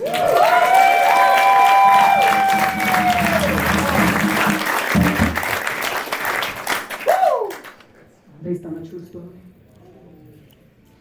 After the hurricane, a gringo on a mutual aid Facebook group says, I'm a fake Puerto Rican. Says he's done more for my people in the few weeks he's been helping than I ever have done in my life. What do you know about being Puerto Rican if you weren't born there? We say this at the same time.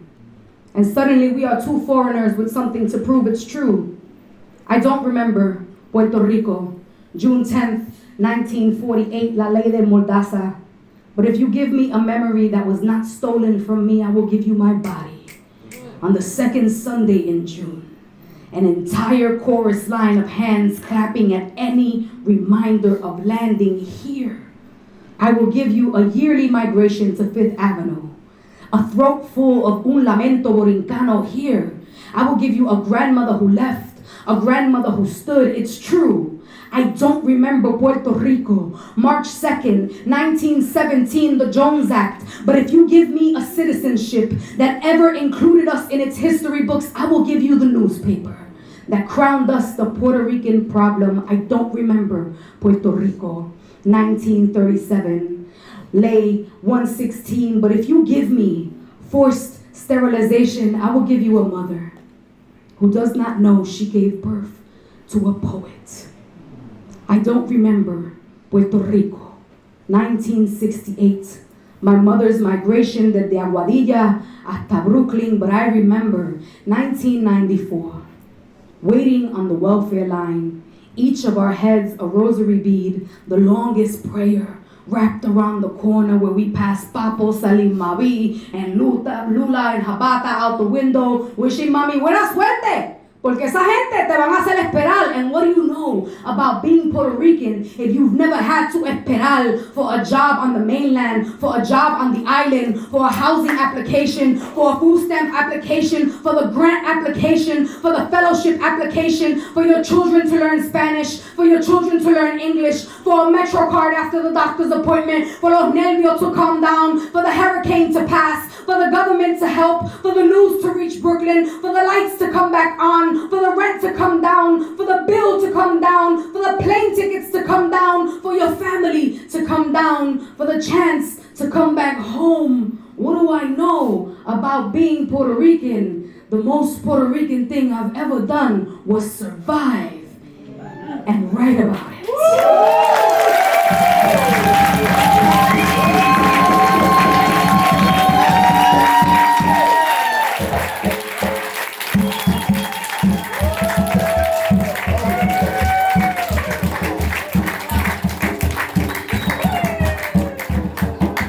Love that. Love that. Yeah. All right, we got two more poets and then we're going to close it out with our founder, Lady Lee. This is the only way to go out, is to go out with you in your own home. Thank you so much for giving us this wonderful, beautiful, magical space to connect. Thank you so much, Lady Lee. Round of applause, Lady Andersen. And Pablo, I'll be right with you, Pablo. I'll be right with you. Medalla. Okay, you inspired this piece. Wow, that was great. I had a list of poems I wanted to read tonight. Might as well go out on this one. This is my last poem of the night before I introduce the next poets. And this is dedicated to the woman I've been with for 27 years. 27 years. Real ass kicking going on there. She loves me. So this is called, vamos bajando un chiquito there. Keep going. This one's called Marilyn. Yeah. She smelled of downy and fried chicken. And I thought, vaya, you must be Puerto Rican, but you look Dominican. Good, even better. This red woman of mine, stamped with the Marcy Ave address, made up of no makeup, no nail polish, just clear diamond Broadway strip mall lip gloss and storefront liquor eyes. Such a housing project stare, always ready to roll back to the left with every, hey ma, hey yo ma. I noticed there wasn't a lot of conquest in her blood. Her people must have hid in the mountains when the raids were going down. She told me she was into funny-looking white boys, so I got lucky. When I saw her hands, I thought about Bill Withers at Carnegie Hall, and I knew from that spring morning in the Dutch county of Havermeyer in South Fork, I found the doña that was going to bury me, the lady in my lake. Back then, when her friends asked, why him? She knew one day forever they would ask, does he have a brother? When her mother told her, lo poeta no se mantiene los hijos, she winks back now with a pair of tickets for every opening night. This red woman has done more in my life than the Coffee Park Phoenix who gave birth to me. And Millie would agree. This woman has brought to the world children, the stubborn velvet heart of heaven who makes me want to kill every boy that looks like Justin Bieber. A glowing, scrunchy shine who does cartwheels at the dinner table in the gem of our ocean, our baby of our baby girls, who hides our keys in places the boogeyman wouldn't go, and destroys all of our alone time still to this day. It's been 20 years, and we still can't kick her out of bed. Actually, she's been on the 15. No matter how painful the labors, this red woman will give me more if I so beckon. What's not paid back in riches is flooded back in the wealth of this rare dream I live to love every day. I can script this lady risk her life to save her father from his only fear of losing work to the dark days of dialysis. She walks around with one kidney so he can smile again.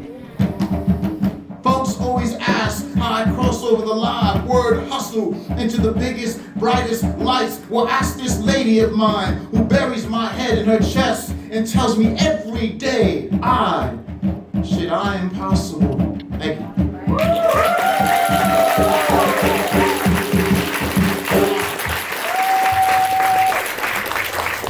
All right. I read her poetry in Las Letras de Borigen. You know, she won the award this year. Everyone give her a round of applause for her. She's an amazing writer. She is the poet laureate to me of Puerto Rico because I only know her from her words. You will be moved today. Even if you don't know Spanish that well, you will learn it today. Everyone give it up for Raíces Michelle.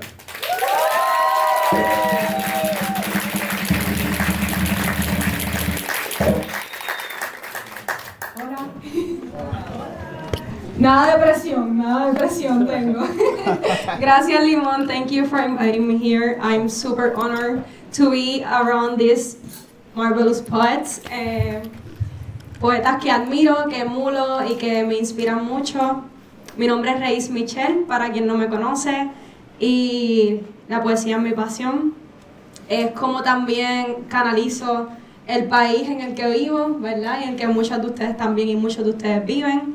Y es mi forma de expresarme. No sé si saben que recientemente nuestra gobernadora, our leader, sacó un podcast. Sí, pues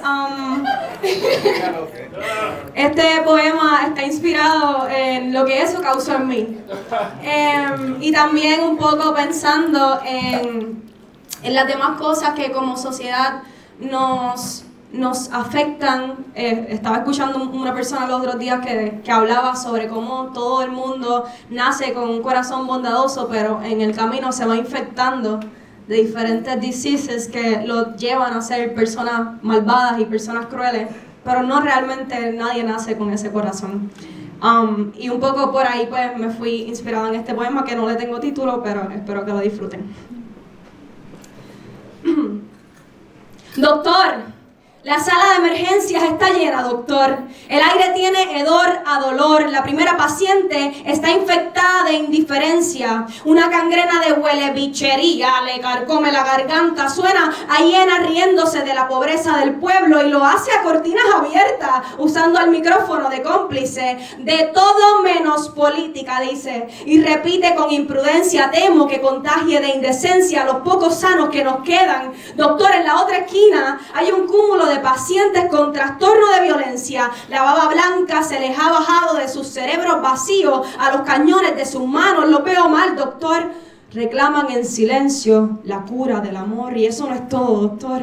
Hay varios con el virus del capitalismo. Se quejan de aflicción en sus bolsillos vacíos, pero no pueden parar de comprar. Piden a grito la droga más mortal, vestir de marcas caras para probar su capacidad.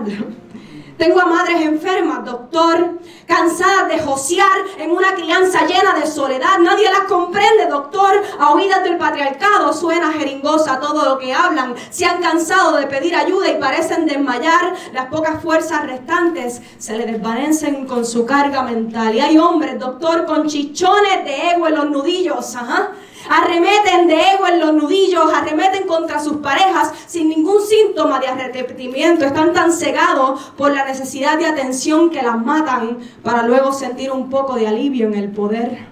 Y es letal, doctor, lo que ocurre con nuestros niños infectados de YouTube y TikToks. Se contagian entre ellos de ficción. Ni siquiera sus maestros sirven como ungüento. Temo que en un futuro la falta de pensamiento crítico se convierta en colectivo lamento.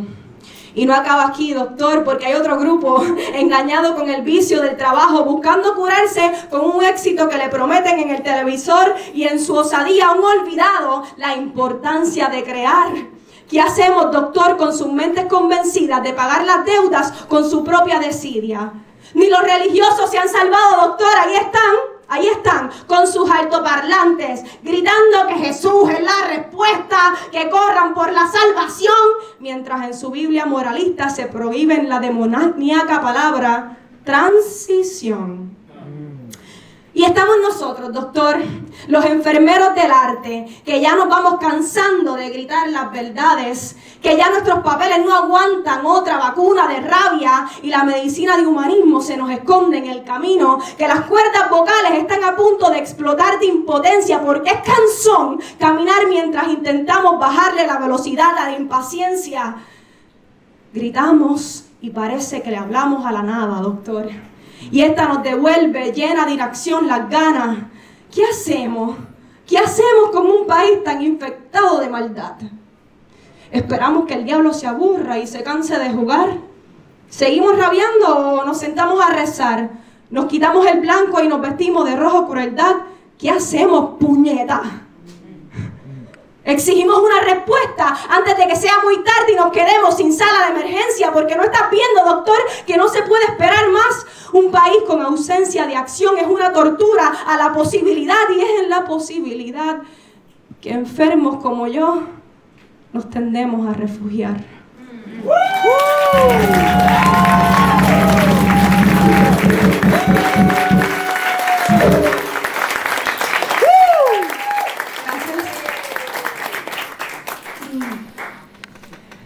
Pues este próximo poema es como una historia. Yo no sé, yo también vengo del background de teatro. Estudié en la José Julián Acosta, la única escuela especializada en el Caribe en teatro, que está aquí en el Río San Juan, al lado del Teatro Tapia, y soy orgullosa egresada de ahí. Y este poema mezcla un poco de mis habilidades como poeta y también actriz. Así que váyanse conmigo en Go With Me, en el viaje de cristal, que esto es una historia que cuenta cómo la religión no necesariamente mezcla con la curiosidad sexual.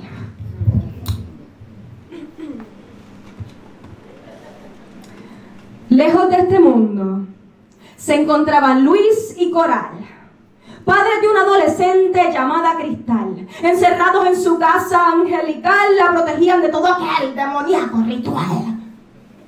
Para ellos el mundo sufría de una enfermedad.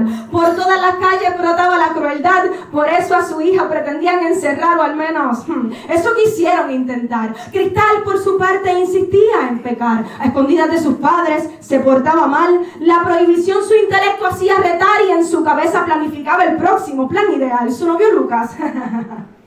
pelirrojo y peligroso, tan experto en el amor como en lo luminoso. Al igual que las novelas, visitaba a su amada, se escondía por las noches y entraba por la ventana. En el palacio de la princesita cosquillitas se hacían, uniendo sus salivas y las ganas que liquidan. Pasaban los días y Cristal se preguntaba cómo podía ser tan malo esto que ella disfrutaba. No es justo, adultos, esto debe ser distinto. ¿Por qué se le prohíbe a los jóvenes los paraísos?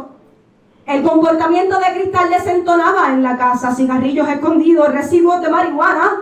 Esto es una etapa, decía su mamá. Será castigada, refunfuñaba su papá. Pero nadie se daba cuenta de los efectos de ese encierro. Con sus acciones preparaban a Cristal para su entierro. Hubo una noche, ay, hámelo bien rico.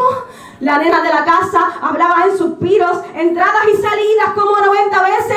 Házmelo callado para que papi no se entere. Pero el placer no aguantó y gritó de la emoción mientras su padre desvelado escuchaba en el balcón. Una vez se persigna con vergüenza ajena, se aproxima a interrumpir la fiesta de la nena. ¡Qué rico!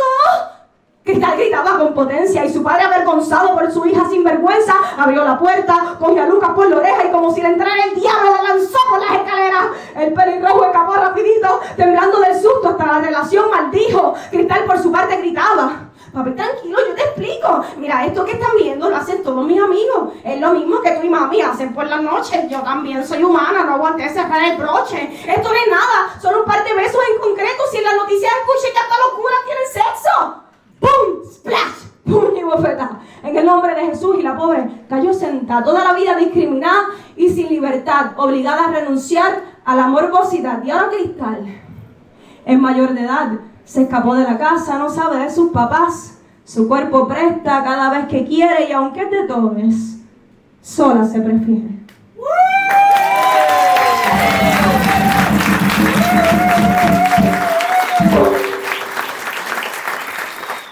Bueno, por último, este próximo que les tengo es muy especial para mí. Galeano dice que la utopía sirve para enseñarnos a caminar, ¿no? Para ir tras eso. Así que yo nunca voy a parar de soñar con el Puerto Rico que merecemos. I have never been a fan of the American dream. Sorry. Yo nunca he sido fanática del sueño americano.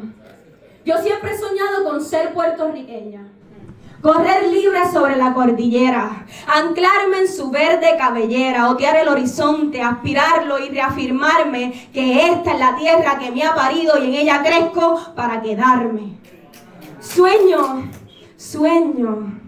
con que se pudra la gentrificación. Y que sea mi gente quien reclame sus plazas. Sentarme con par de viejos y que los dominós decidan para dónde nos lleva la tarde con una sonrisa orgullosa. Y la cerveza fría bajo el sol caliente. Que en mi isla las medallas no se cuelgan del cuello, las medallas se beben. Sueño con sentarme frente a mis playas sin miedo a que me las quieran arrebatar. Para que el mar sale y sane con ternura mis heridas y me traiga la memoria de mis ancestras taínas y sanemos juntas a destiempo de la violencia que tanto le hemos confesado al viento.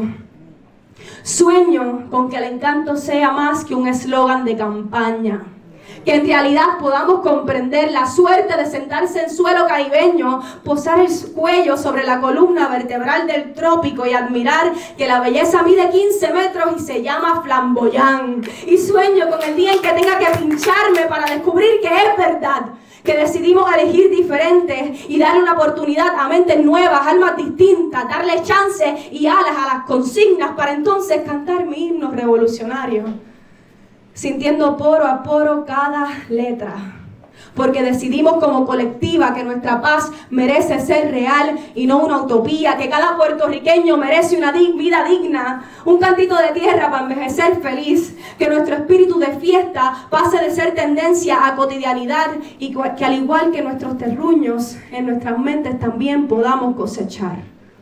Que mucho trabajo, ¿cómo no? Pero el síndrome de Estocolmo se derrite con sudor y cuando lleguemos a lo que anhelamos, cuando descubramos que sí podemos, no habrá ciudadanía que nos saque de donde pertenecemos, porque hay demasiado don en este corazón, demasiado sazón, demasiado tambor, demasiado repique, demasiada sazón como para que nos mantengan en cautiverio, anhelando vuelo a pura lágrima. Se nos olvida que muchos San Pedritos son capaces de derrumbar el águila. Yo tengo un sueño y es simple: que me dejen ser aquí, que quiero morir en mi tierra y silbar como el coquí. No es mucho pedir, pero se empeñan en usar mi isla como juguete, dejarnos las migajas y comerse el banquete, rompernos, violentarnos y rompernos nuevamente, sin saber que el boricua es experto en torniquete. Déjenlos joder con nuestra paciencia, déjenlos llevarnos al fondo, que cuando no nos quede más remedio que levantarnos, entonces sabrán qué significa ser de P-fucking-R.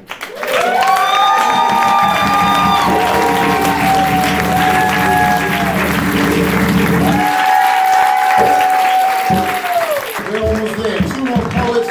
We're going to close it out with Lady Lee.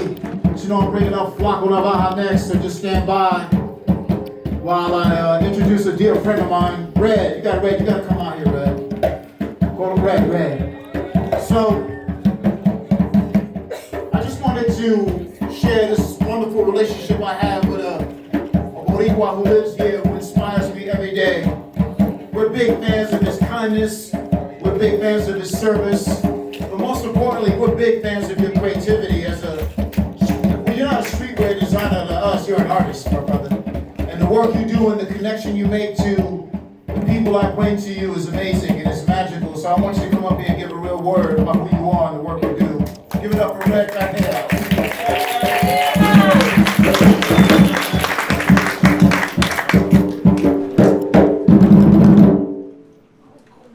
Damn, I guess it's not easy going right after all these amazing poets. Thank you everyone for coming out tonight.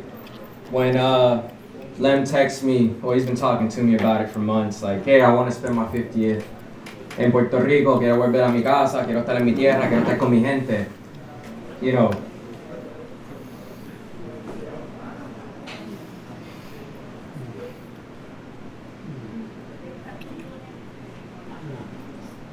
esa es la pasión que uno siente, que uno quiere volver a su casa y uno quiere estar en su casa y uno quiere ser querido por su gente. So when I read that text, I said, man, Len me dio una asignación. Do I gotta write a poem now? I'm no poet. I'm a creative. I like to do things for the community whenever time is given. I met Lem in 2018.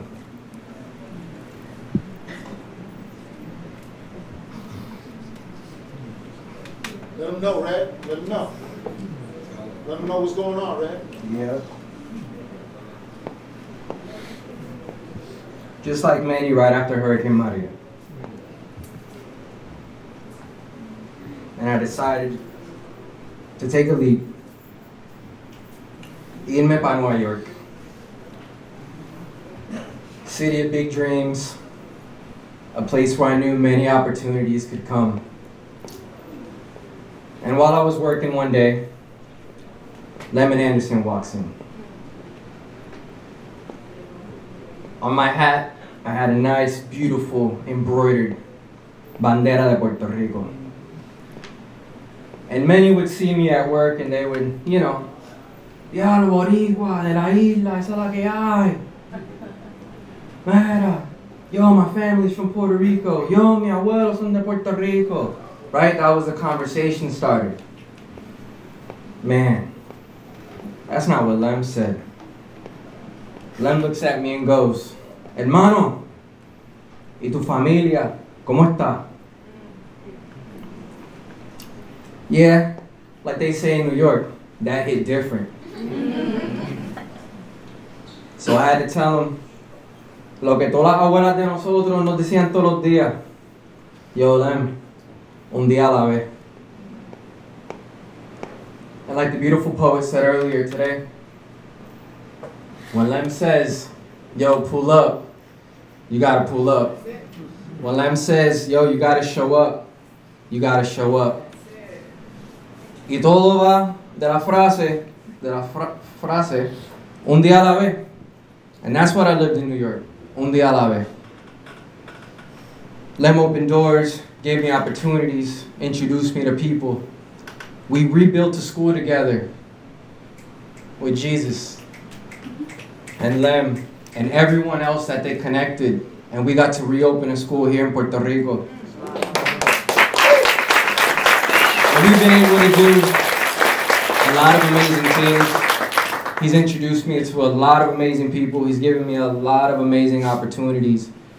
And I can be nothing but grateful for the man that you are, the mentor, el hermano, father figure, everything and anything that I could say. I never thought that one day at work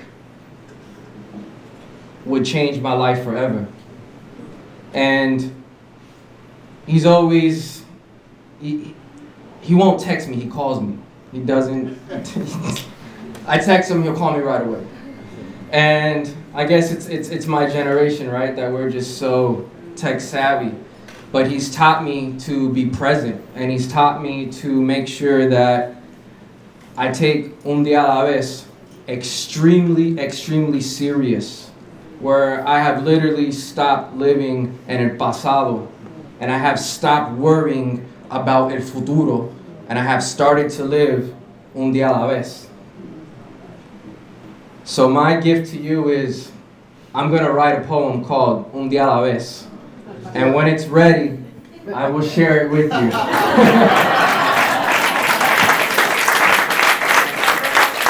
So I'm pretty sure everyone here is extremely grateful for you. So I don't want to take up too much time because I know other amazing artists got to step to the stage. But man, Lemon, muchas gracias.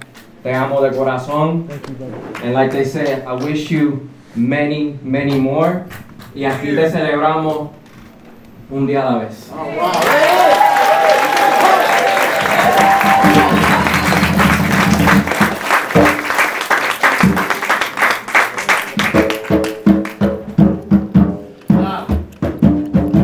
What's up, Rico? What's up, Jacine? How are you? The Bodega babies. Red, you know, I have an opportunity every day to work for an amazing director, for an icon named Spike Lee. And, you know, Spike Lee gave me the opportunity not because he just was giving opportunities out. He knew the hunger. He knew the passion. He knew I was going to outwork everyone in the room. He knew I was going to get up earlier than everyone, especially the academics I had to compete against. And I saw that in you, my brother. So you do me a favor every time I introduce you to someone because you make them look greater. You get to do that. And we see that magic in you. And when I see that magic in artists and writers and friends, it means the world to me, man. Because you got to be in service of that magic. You got to be in service of the people who are hungry. We got Kat Lazo here, an amazing writer who I love and look up to. What a connection this great writer makes to the rest of the world, especially with young women, my young women. I got daughters at home. So thank you so much for you as well for being present here and showing up today. Thank you so much. Now, it's only right before we close out the night with Lee Andrews that we start doing that precursor to that with the most special poet in my life. He is the most important figure in my life as a poet. When I saw Flaco Navaja, he never signed up for the open mic, by the way. He was always the spotlight poet. I was on the open mic opening up for Flaco all the time.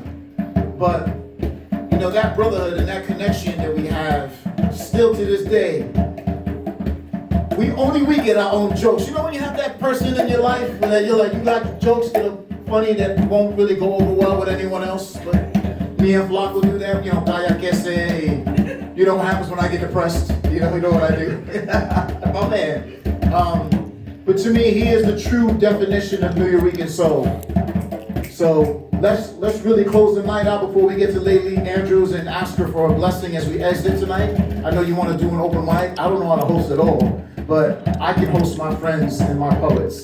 But I really want to thank you again. I really want to bless you before you end the night with us and do your wonderful poetry. This is all Lady Lee's poetry as well. The whole that we really close out, Lady, with the poem we opened up with, and then we really end the night with you. So give it up for Flaco Navaja.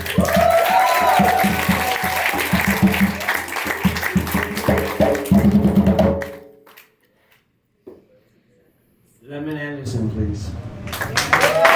Oh yeah!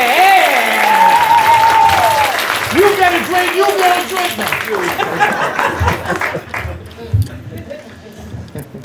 Man, what an honor, what a privilege, what a blessing to be a part of such a historic event, something that when Lemon was talking about what he wanted to do to celebrate his birthday, one of the first things I told him was, yes, I'm here, but also, like, are you documenting this? Like, get someone to document this shit, because this is historic. This is a moment, an opportunity for us to to officially contribute to our timeline, the narrative, the historic document. This is an opportunity for us to put a stamp historically on this experience and man, we've been through a lot, man. You know what I mean? Like, and there's a difference between humility and acknowledgement of triumphs and struggles and journeys and things like that. And it's time for us to give ourselves flowers and not necessarily wait for anyone else to acknowledge our presence. It's for us to kind of like, wow, look how far we've gone and how we're still here. And this experience is a testament to that. So thank you, Bob. I'm gonna shut up. I mean, not shut up, but you know what I mean. It's okay. Si echo pa'lante, ay mira, me harán pa' atrás. Es toda una envidia, bendito, qué barbaridad. Y me río yo de la gente, porque lo mío, mío será. Pero como hay tanta gente que me tira, me voy a tener que preparar. Y yo me voy a hacer una limpieza, pa' que no molesten más. Oye bien, mi hermano, no me jodan ya, mi bongo, pa' que no molesten más. I be the son of hardcore South Bronx Puerto Rican nationalists. An aguinaldo, bomba y plena, salsa, rumba, singing actor, activist. Llevo el swing del sur del Bronx wherever I go. From the Seine in Paris to Old San Juan's callejones. See, I was raised on a steady diet of Rafi Levi La Selecta, KRS-One, The Doors, Bob Marley, Jimi Hendrix, Janis Joplin y música de protesta. I am the tree that grew from the seed planted by Rubén and Willie so many years ago. Siembra! I am Juana Peña and Pedro Navaja's illegitimate child. I am salsa. I am hip-hop. I am Puerto Rico. I am the South Bronx. I am Humboldt Park, Chicago. Yeah. And my name is Flaco Navaja. Hey.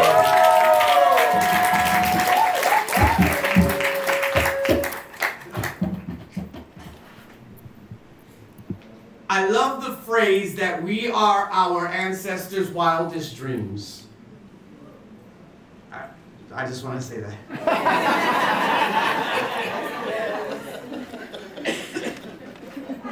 Porque soy así, me llaman loco, Nadie sabe mi dolor, es que me conocen poco. Loco, loco voy por la vida. Canto, río y sufro también. Soy humano y todo me pasa. Por eso siempre yo lo contaré y cada día más loco seré. Ay, cómo lo escupieron, cómo lo empujaron, cómo lo llevaron a crucificar. Si viéramos bien al mundo y a nuestro pueblo, mi hermano, no existiera lo rotundo, ni existiera la creencia, cada cabeza en su mundo. Con los santos no se juegan, con los santos no se juegan. Date un baño, tienes que hacerte una limpieza con rompensarangüey. Tienes que hacerte una limpieza con rompensarangüey. Tropical breezes soothe the soul as Héctor Lavoe te canta de un amor que es imposible. The lyrics take you there, feeling like you're him, knowing his pain, understanding his pleasure. Y como llegaste a mí, aléjate, bandolera. Yo soy el cantante, mi gente. Hey! His crowd-moving voice grabs attention quicker than his ruffled tuxedo and big bow tie. El rey de la puntualidad, as tragic as his life may have been, is salsa, he is rumba, he is bomba y plena, he is música jíbara, he is music. The kind of music that exists beyond existence.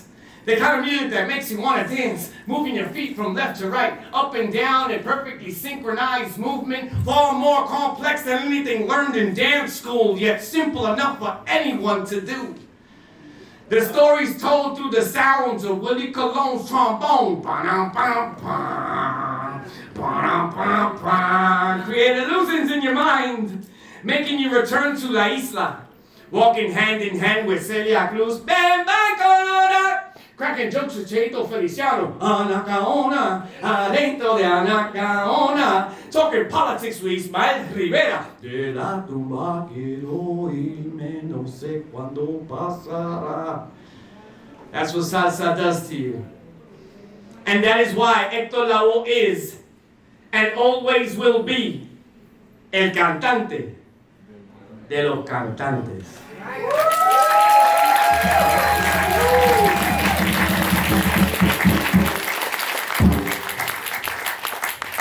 Sentir esta ansiedad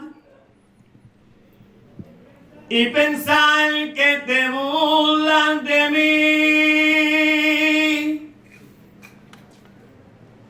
¿Qué forma de pagar haciendo que se rían de mí? Payaso. Sí, seré un payaso que se ha olvidado que debe fingir.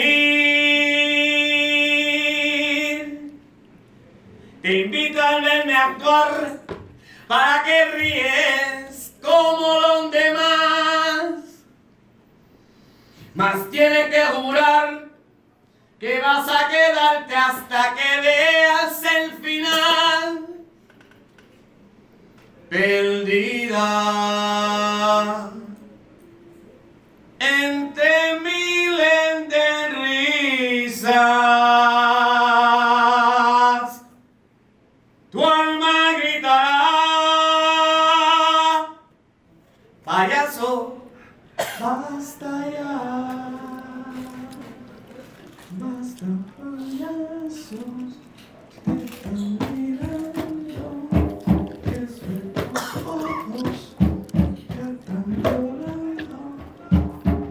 With both eyes shut, it's kind of hard to see through the darkness and the smoke, through the empty applause and the envious praise, through the fake smiles and the hurtful stares, through the truth and the lies, even what's in between. I can feel you changing me. Is it a shame to be concerned about fame? The applause is the blame. Vanity is the flame, and it burns. Burns my eyes more than that smoke screen I put up a long time ago to avoid being detected. I was once a kid that struggled for attention. Now I don't know what to do with it, so I smile. Smile that blocks the tears. In the midst of the cheers, I appear to be on top of it. More like I'm trapped in it, imprisoned forever in the shoes of the entertainer, a poet for hire. All my life I aspired to be me, father. Blinded by the stage light, I can no longer see me, son. Only this version of me, brother, that search for the right words to say, lover, or the right part to play, man, when the only part I need to play is me.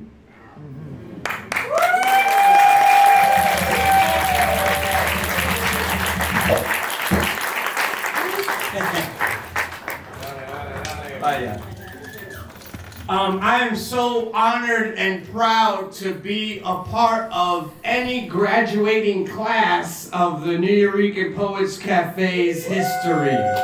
I started there in 1990 por allá.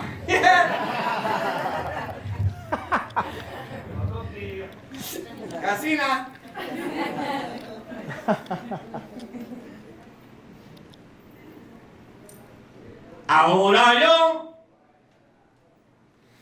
Ahora yo, con el permiso de aquellos rumberos que en el alma llevan sentimiento y clave, voy a cantar con la cadencia más pura y sincera, con la cadencia y herencia africana que fluye en mis venas. Yo también sé del tambor y le canto a la comparsa. Nunca una rumba me espanta, porque como un buen rumbero, al son de los cueros, respetite mi alma y el rutucupla agita rumbero. Se encendió el tambor.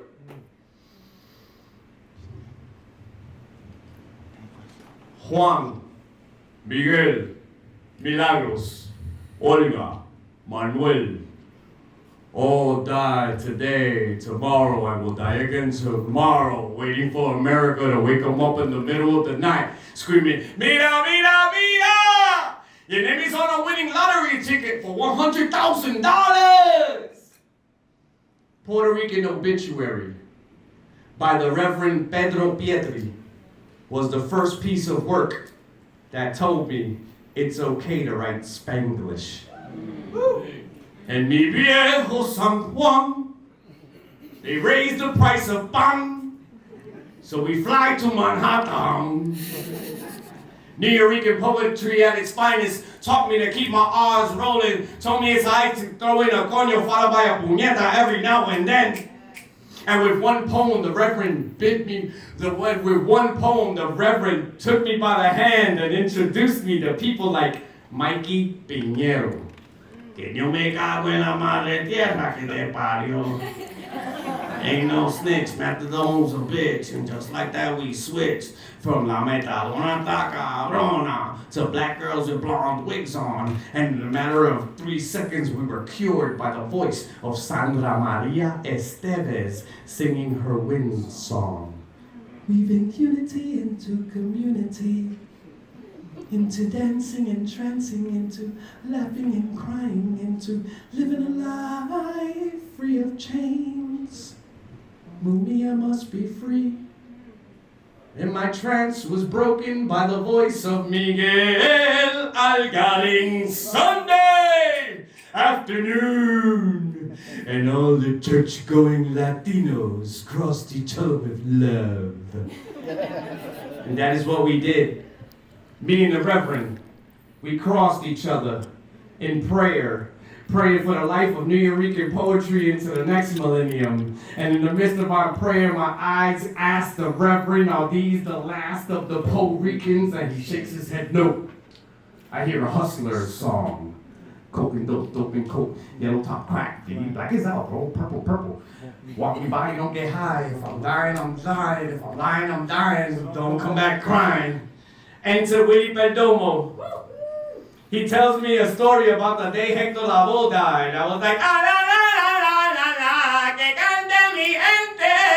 Let's jam in his honor, a la Lord Buckley, because he was a hit cat, just like the hit gang. So he took to the streets. The Reverend to the left, me to the right. Him to gather up the speakers, me to gather up the jammers and the shakers, and I'm rides the rhythm of that barrio, gathering up all the players, and all like players are like players are like players, and I bring them to the Lower East Side while the Reverend's already there, gathering up all the free Puerto Rico poets and all the look at me poets and all the we were descendants of kings poets and all the. I put his cock on a frying pan when I fired Marlene after a night of hot sex. It sizzled. Poets. And I praised them. And we had the longest and the baddest poetry slam, damn, thank you, ma'am, session there ever was. And when we were done, the Reverend bid me farewell. And just like that, I was back home. The bastard child of two languages. One step closer to artistic schizophrenia. Thank you very much. My last poem, I'd be remiss if I didn't share this last piece that every year around Puerto Rican weekend, the shit goes viral every year. And it was an amazing experience. Deaf Poetry Jam was a life-changing, awesome. Me and Lemon traveled all over the world. We spent a month in Edinburgh, Scotland. I ain't never seen a castle in front of my eyes and shit, and it was because of this dude. And with that, I love you so much, B. So come here, bro. Come here, bro. Come on!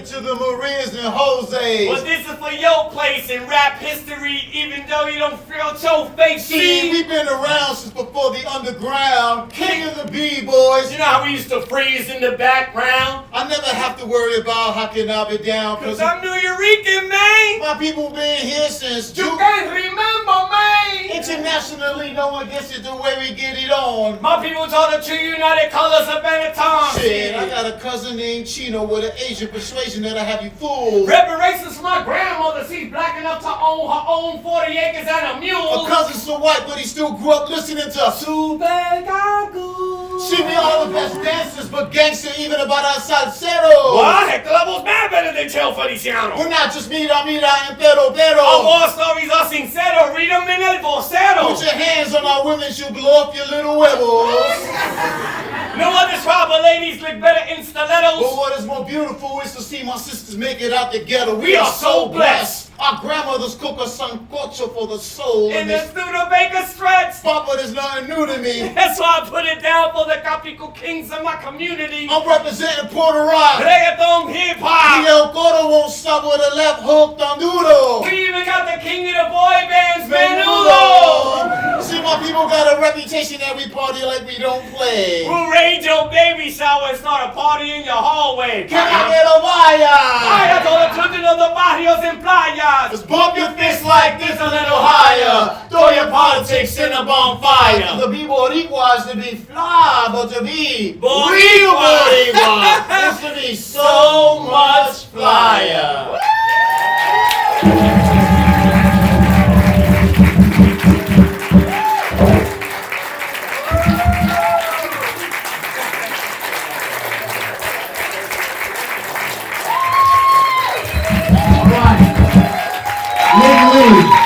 Please close us out for tonight.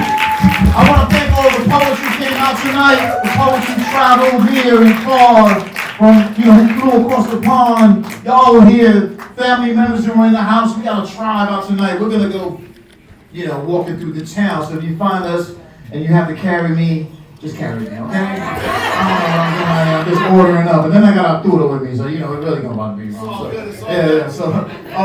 thank you so much for this opportunity. It's made my life full to come home. Again, my mother and my grandmother are buried here, and I love to stay near here just to keep them close to me. But most importantly, we are a family here in Poets Passage, and this is a temple for us Nuyorican. So we hope to come back. So we ask you to come up here and just bless us with your work, because it is all over this wall, and you do so much for poets. So Lady Andrews, come up. Please teach us, bring the poetry, and bring us the music.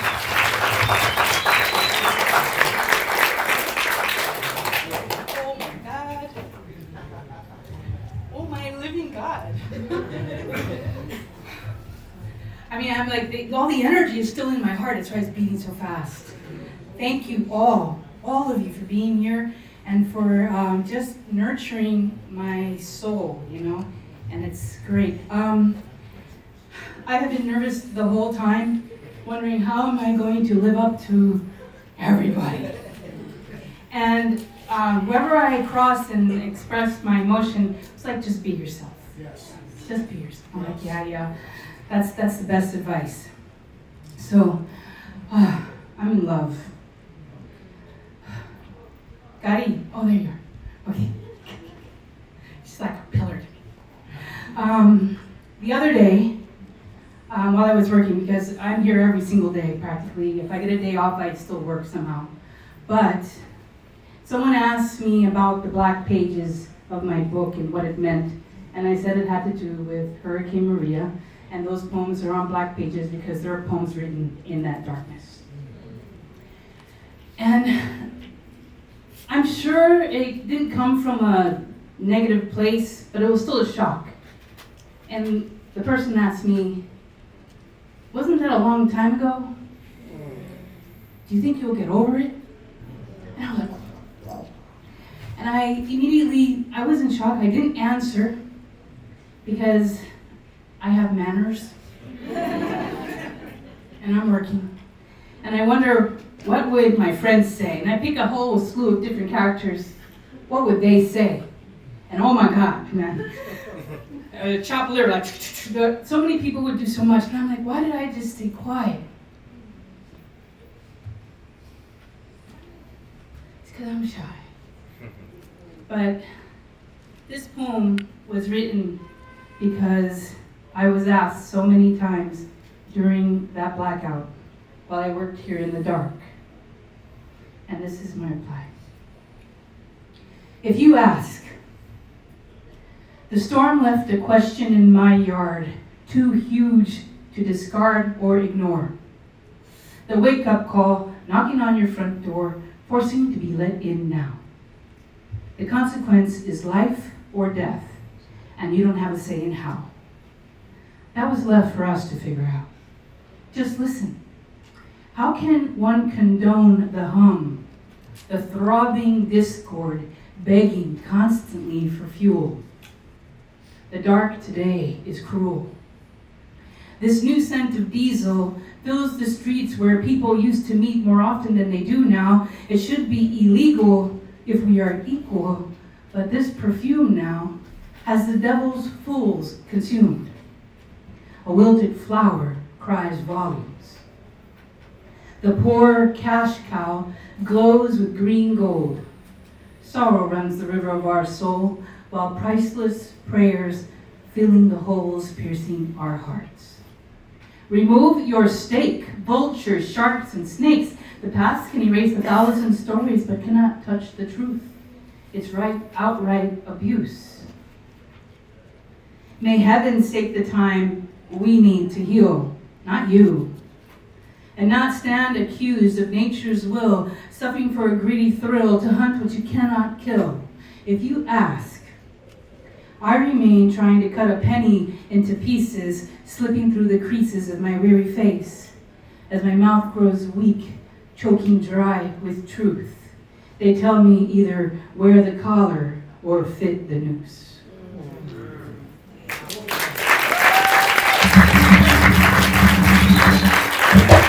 Now I feel that I got that off my chest. An ovation each time the waves fell on my words. And I forgot. Let's go back. An ovation. I'm going to skip that poem because my heart is beating so fast. Oh my God, Okay, so I turned to find the water running where the rocks were pretending to go mountain climbing and trees dreamed to be seeds again. I looked up and saw nothing there to cover the blue, fresh air I was breathing in. I think I closed my eyes twice before I realized I was dreaming like a child with a red kite. Thank you. Oh my God, the nerves are killing me. I love it. Okay. The poem is still not there. It's gone. Goodbye, poem, wherever you are. This poem is called Little by Little. Can I have that just in case it left me too? I'm letting go. Little by little, but I am.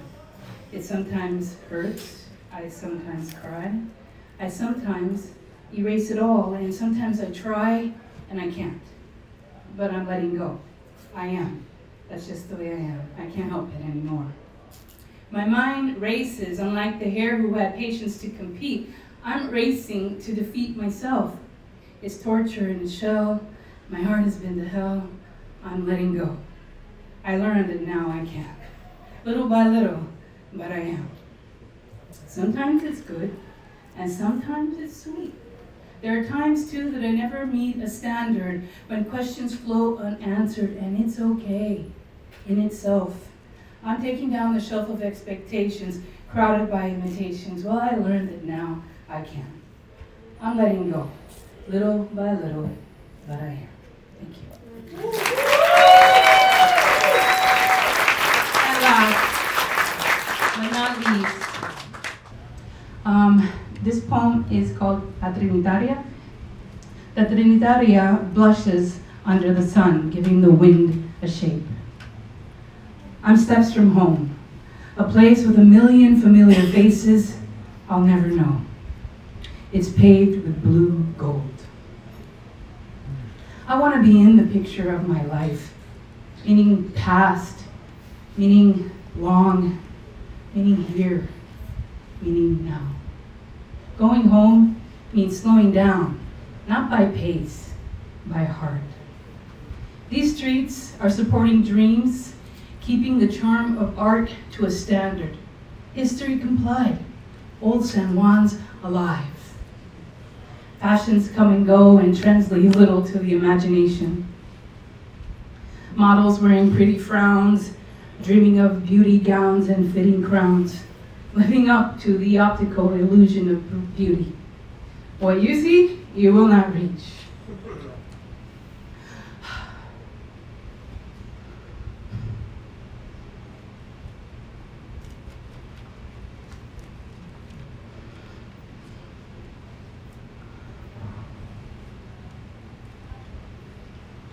The thought behind the mind forgets to break the patterns that conceal them.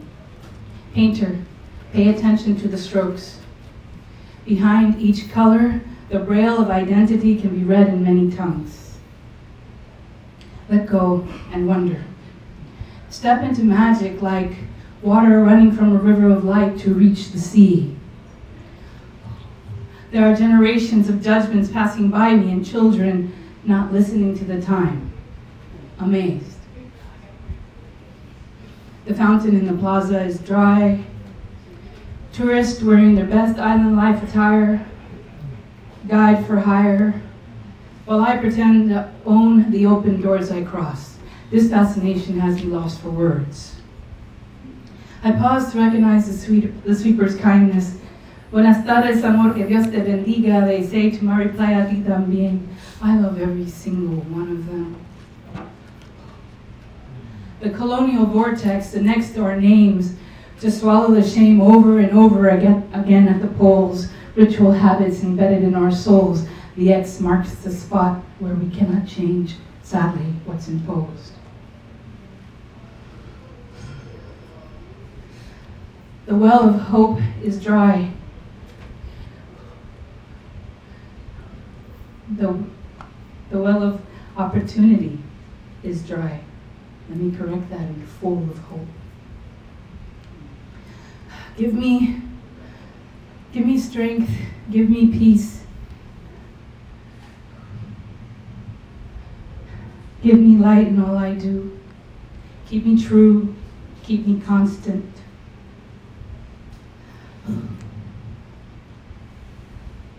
For your absence left me to observe, and the sun declined to stay. Thank you.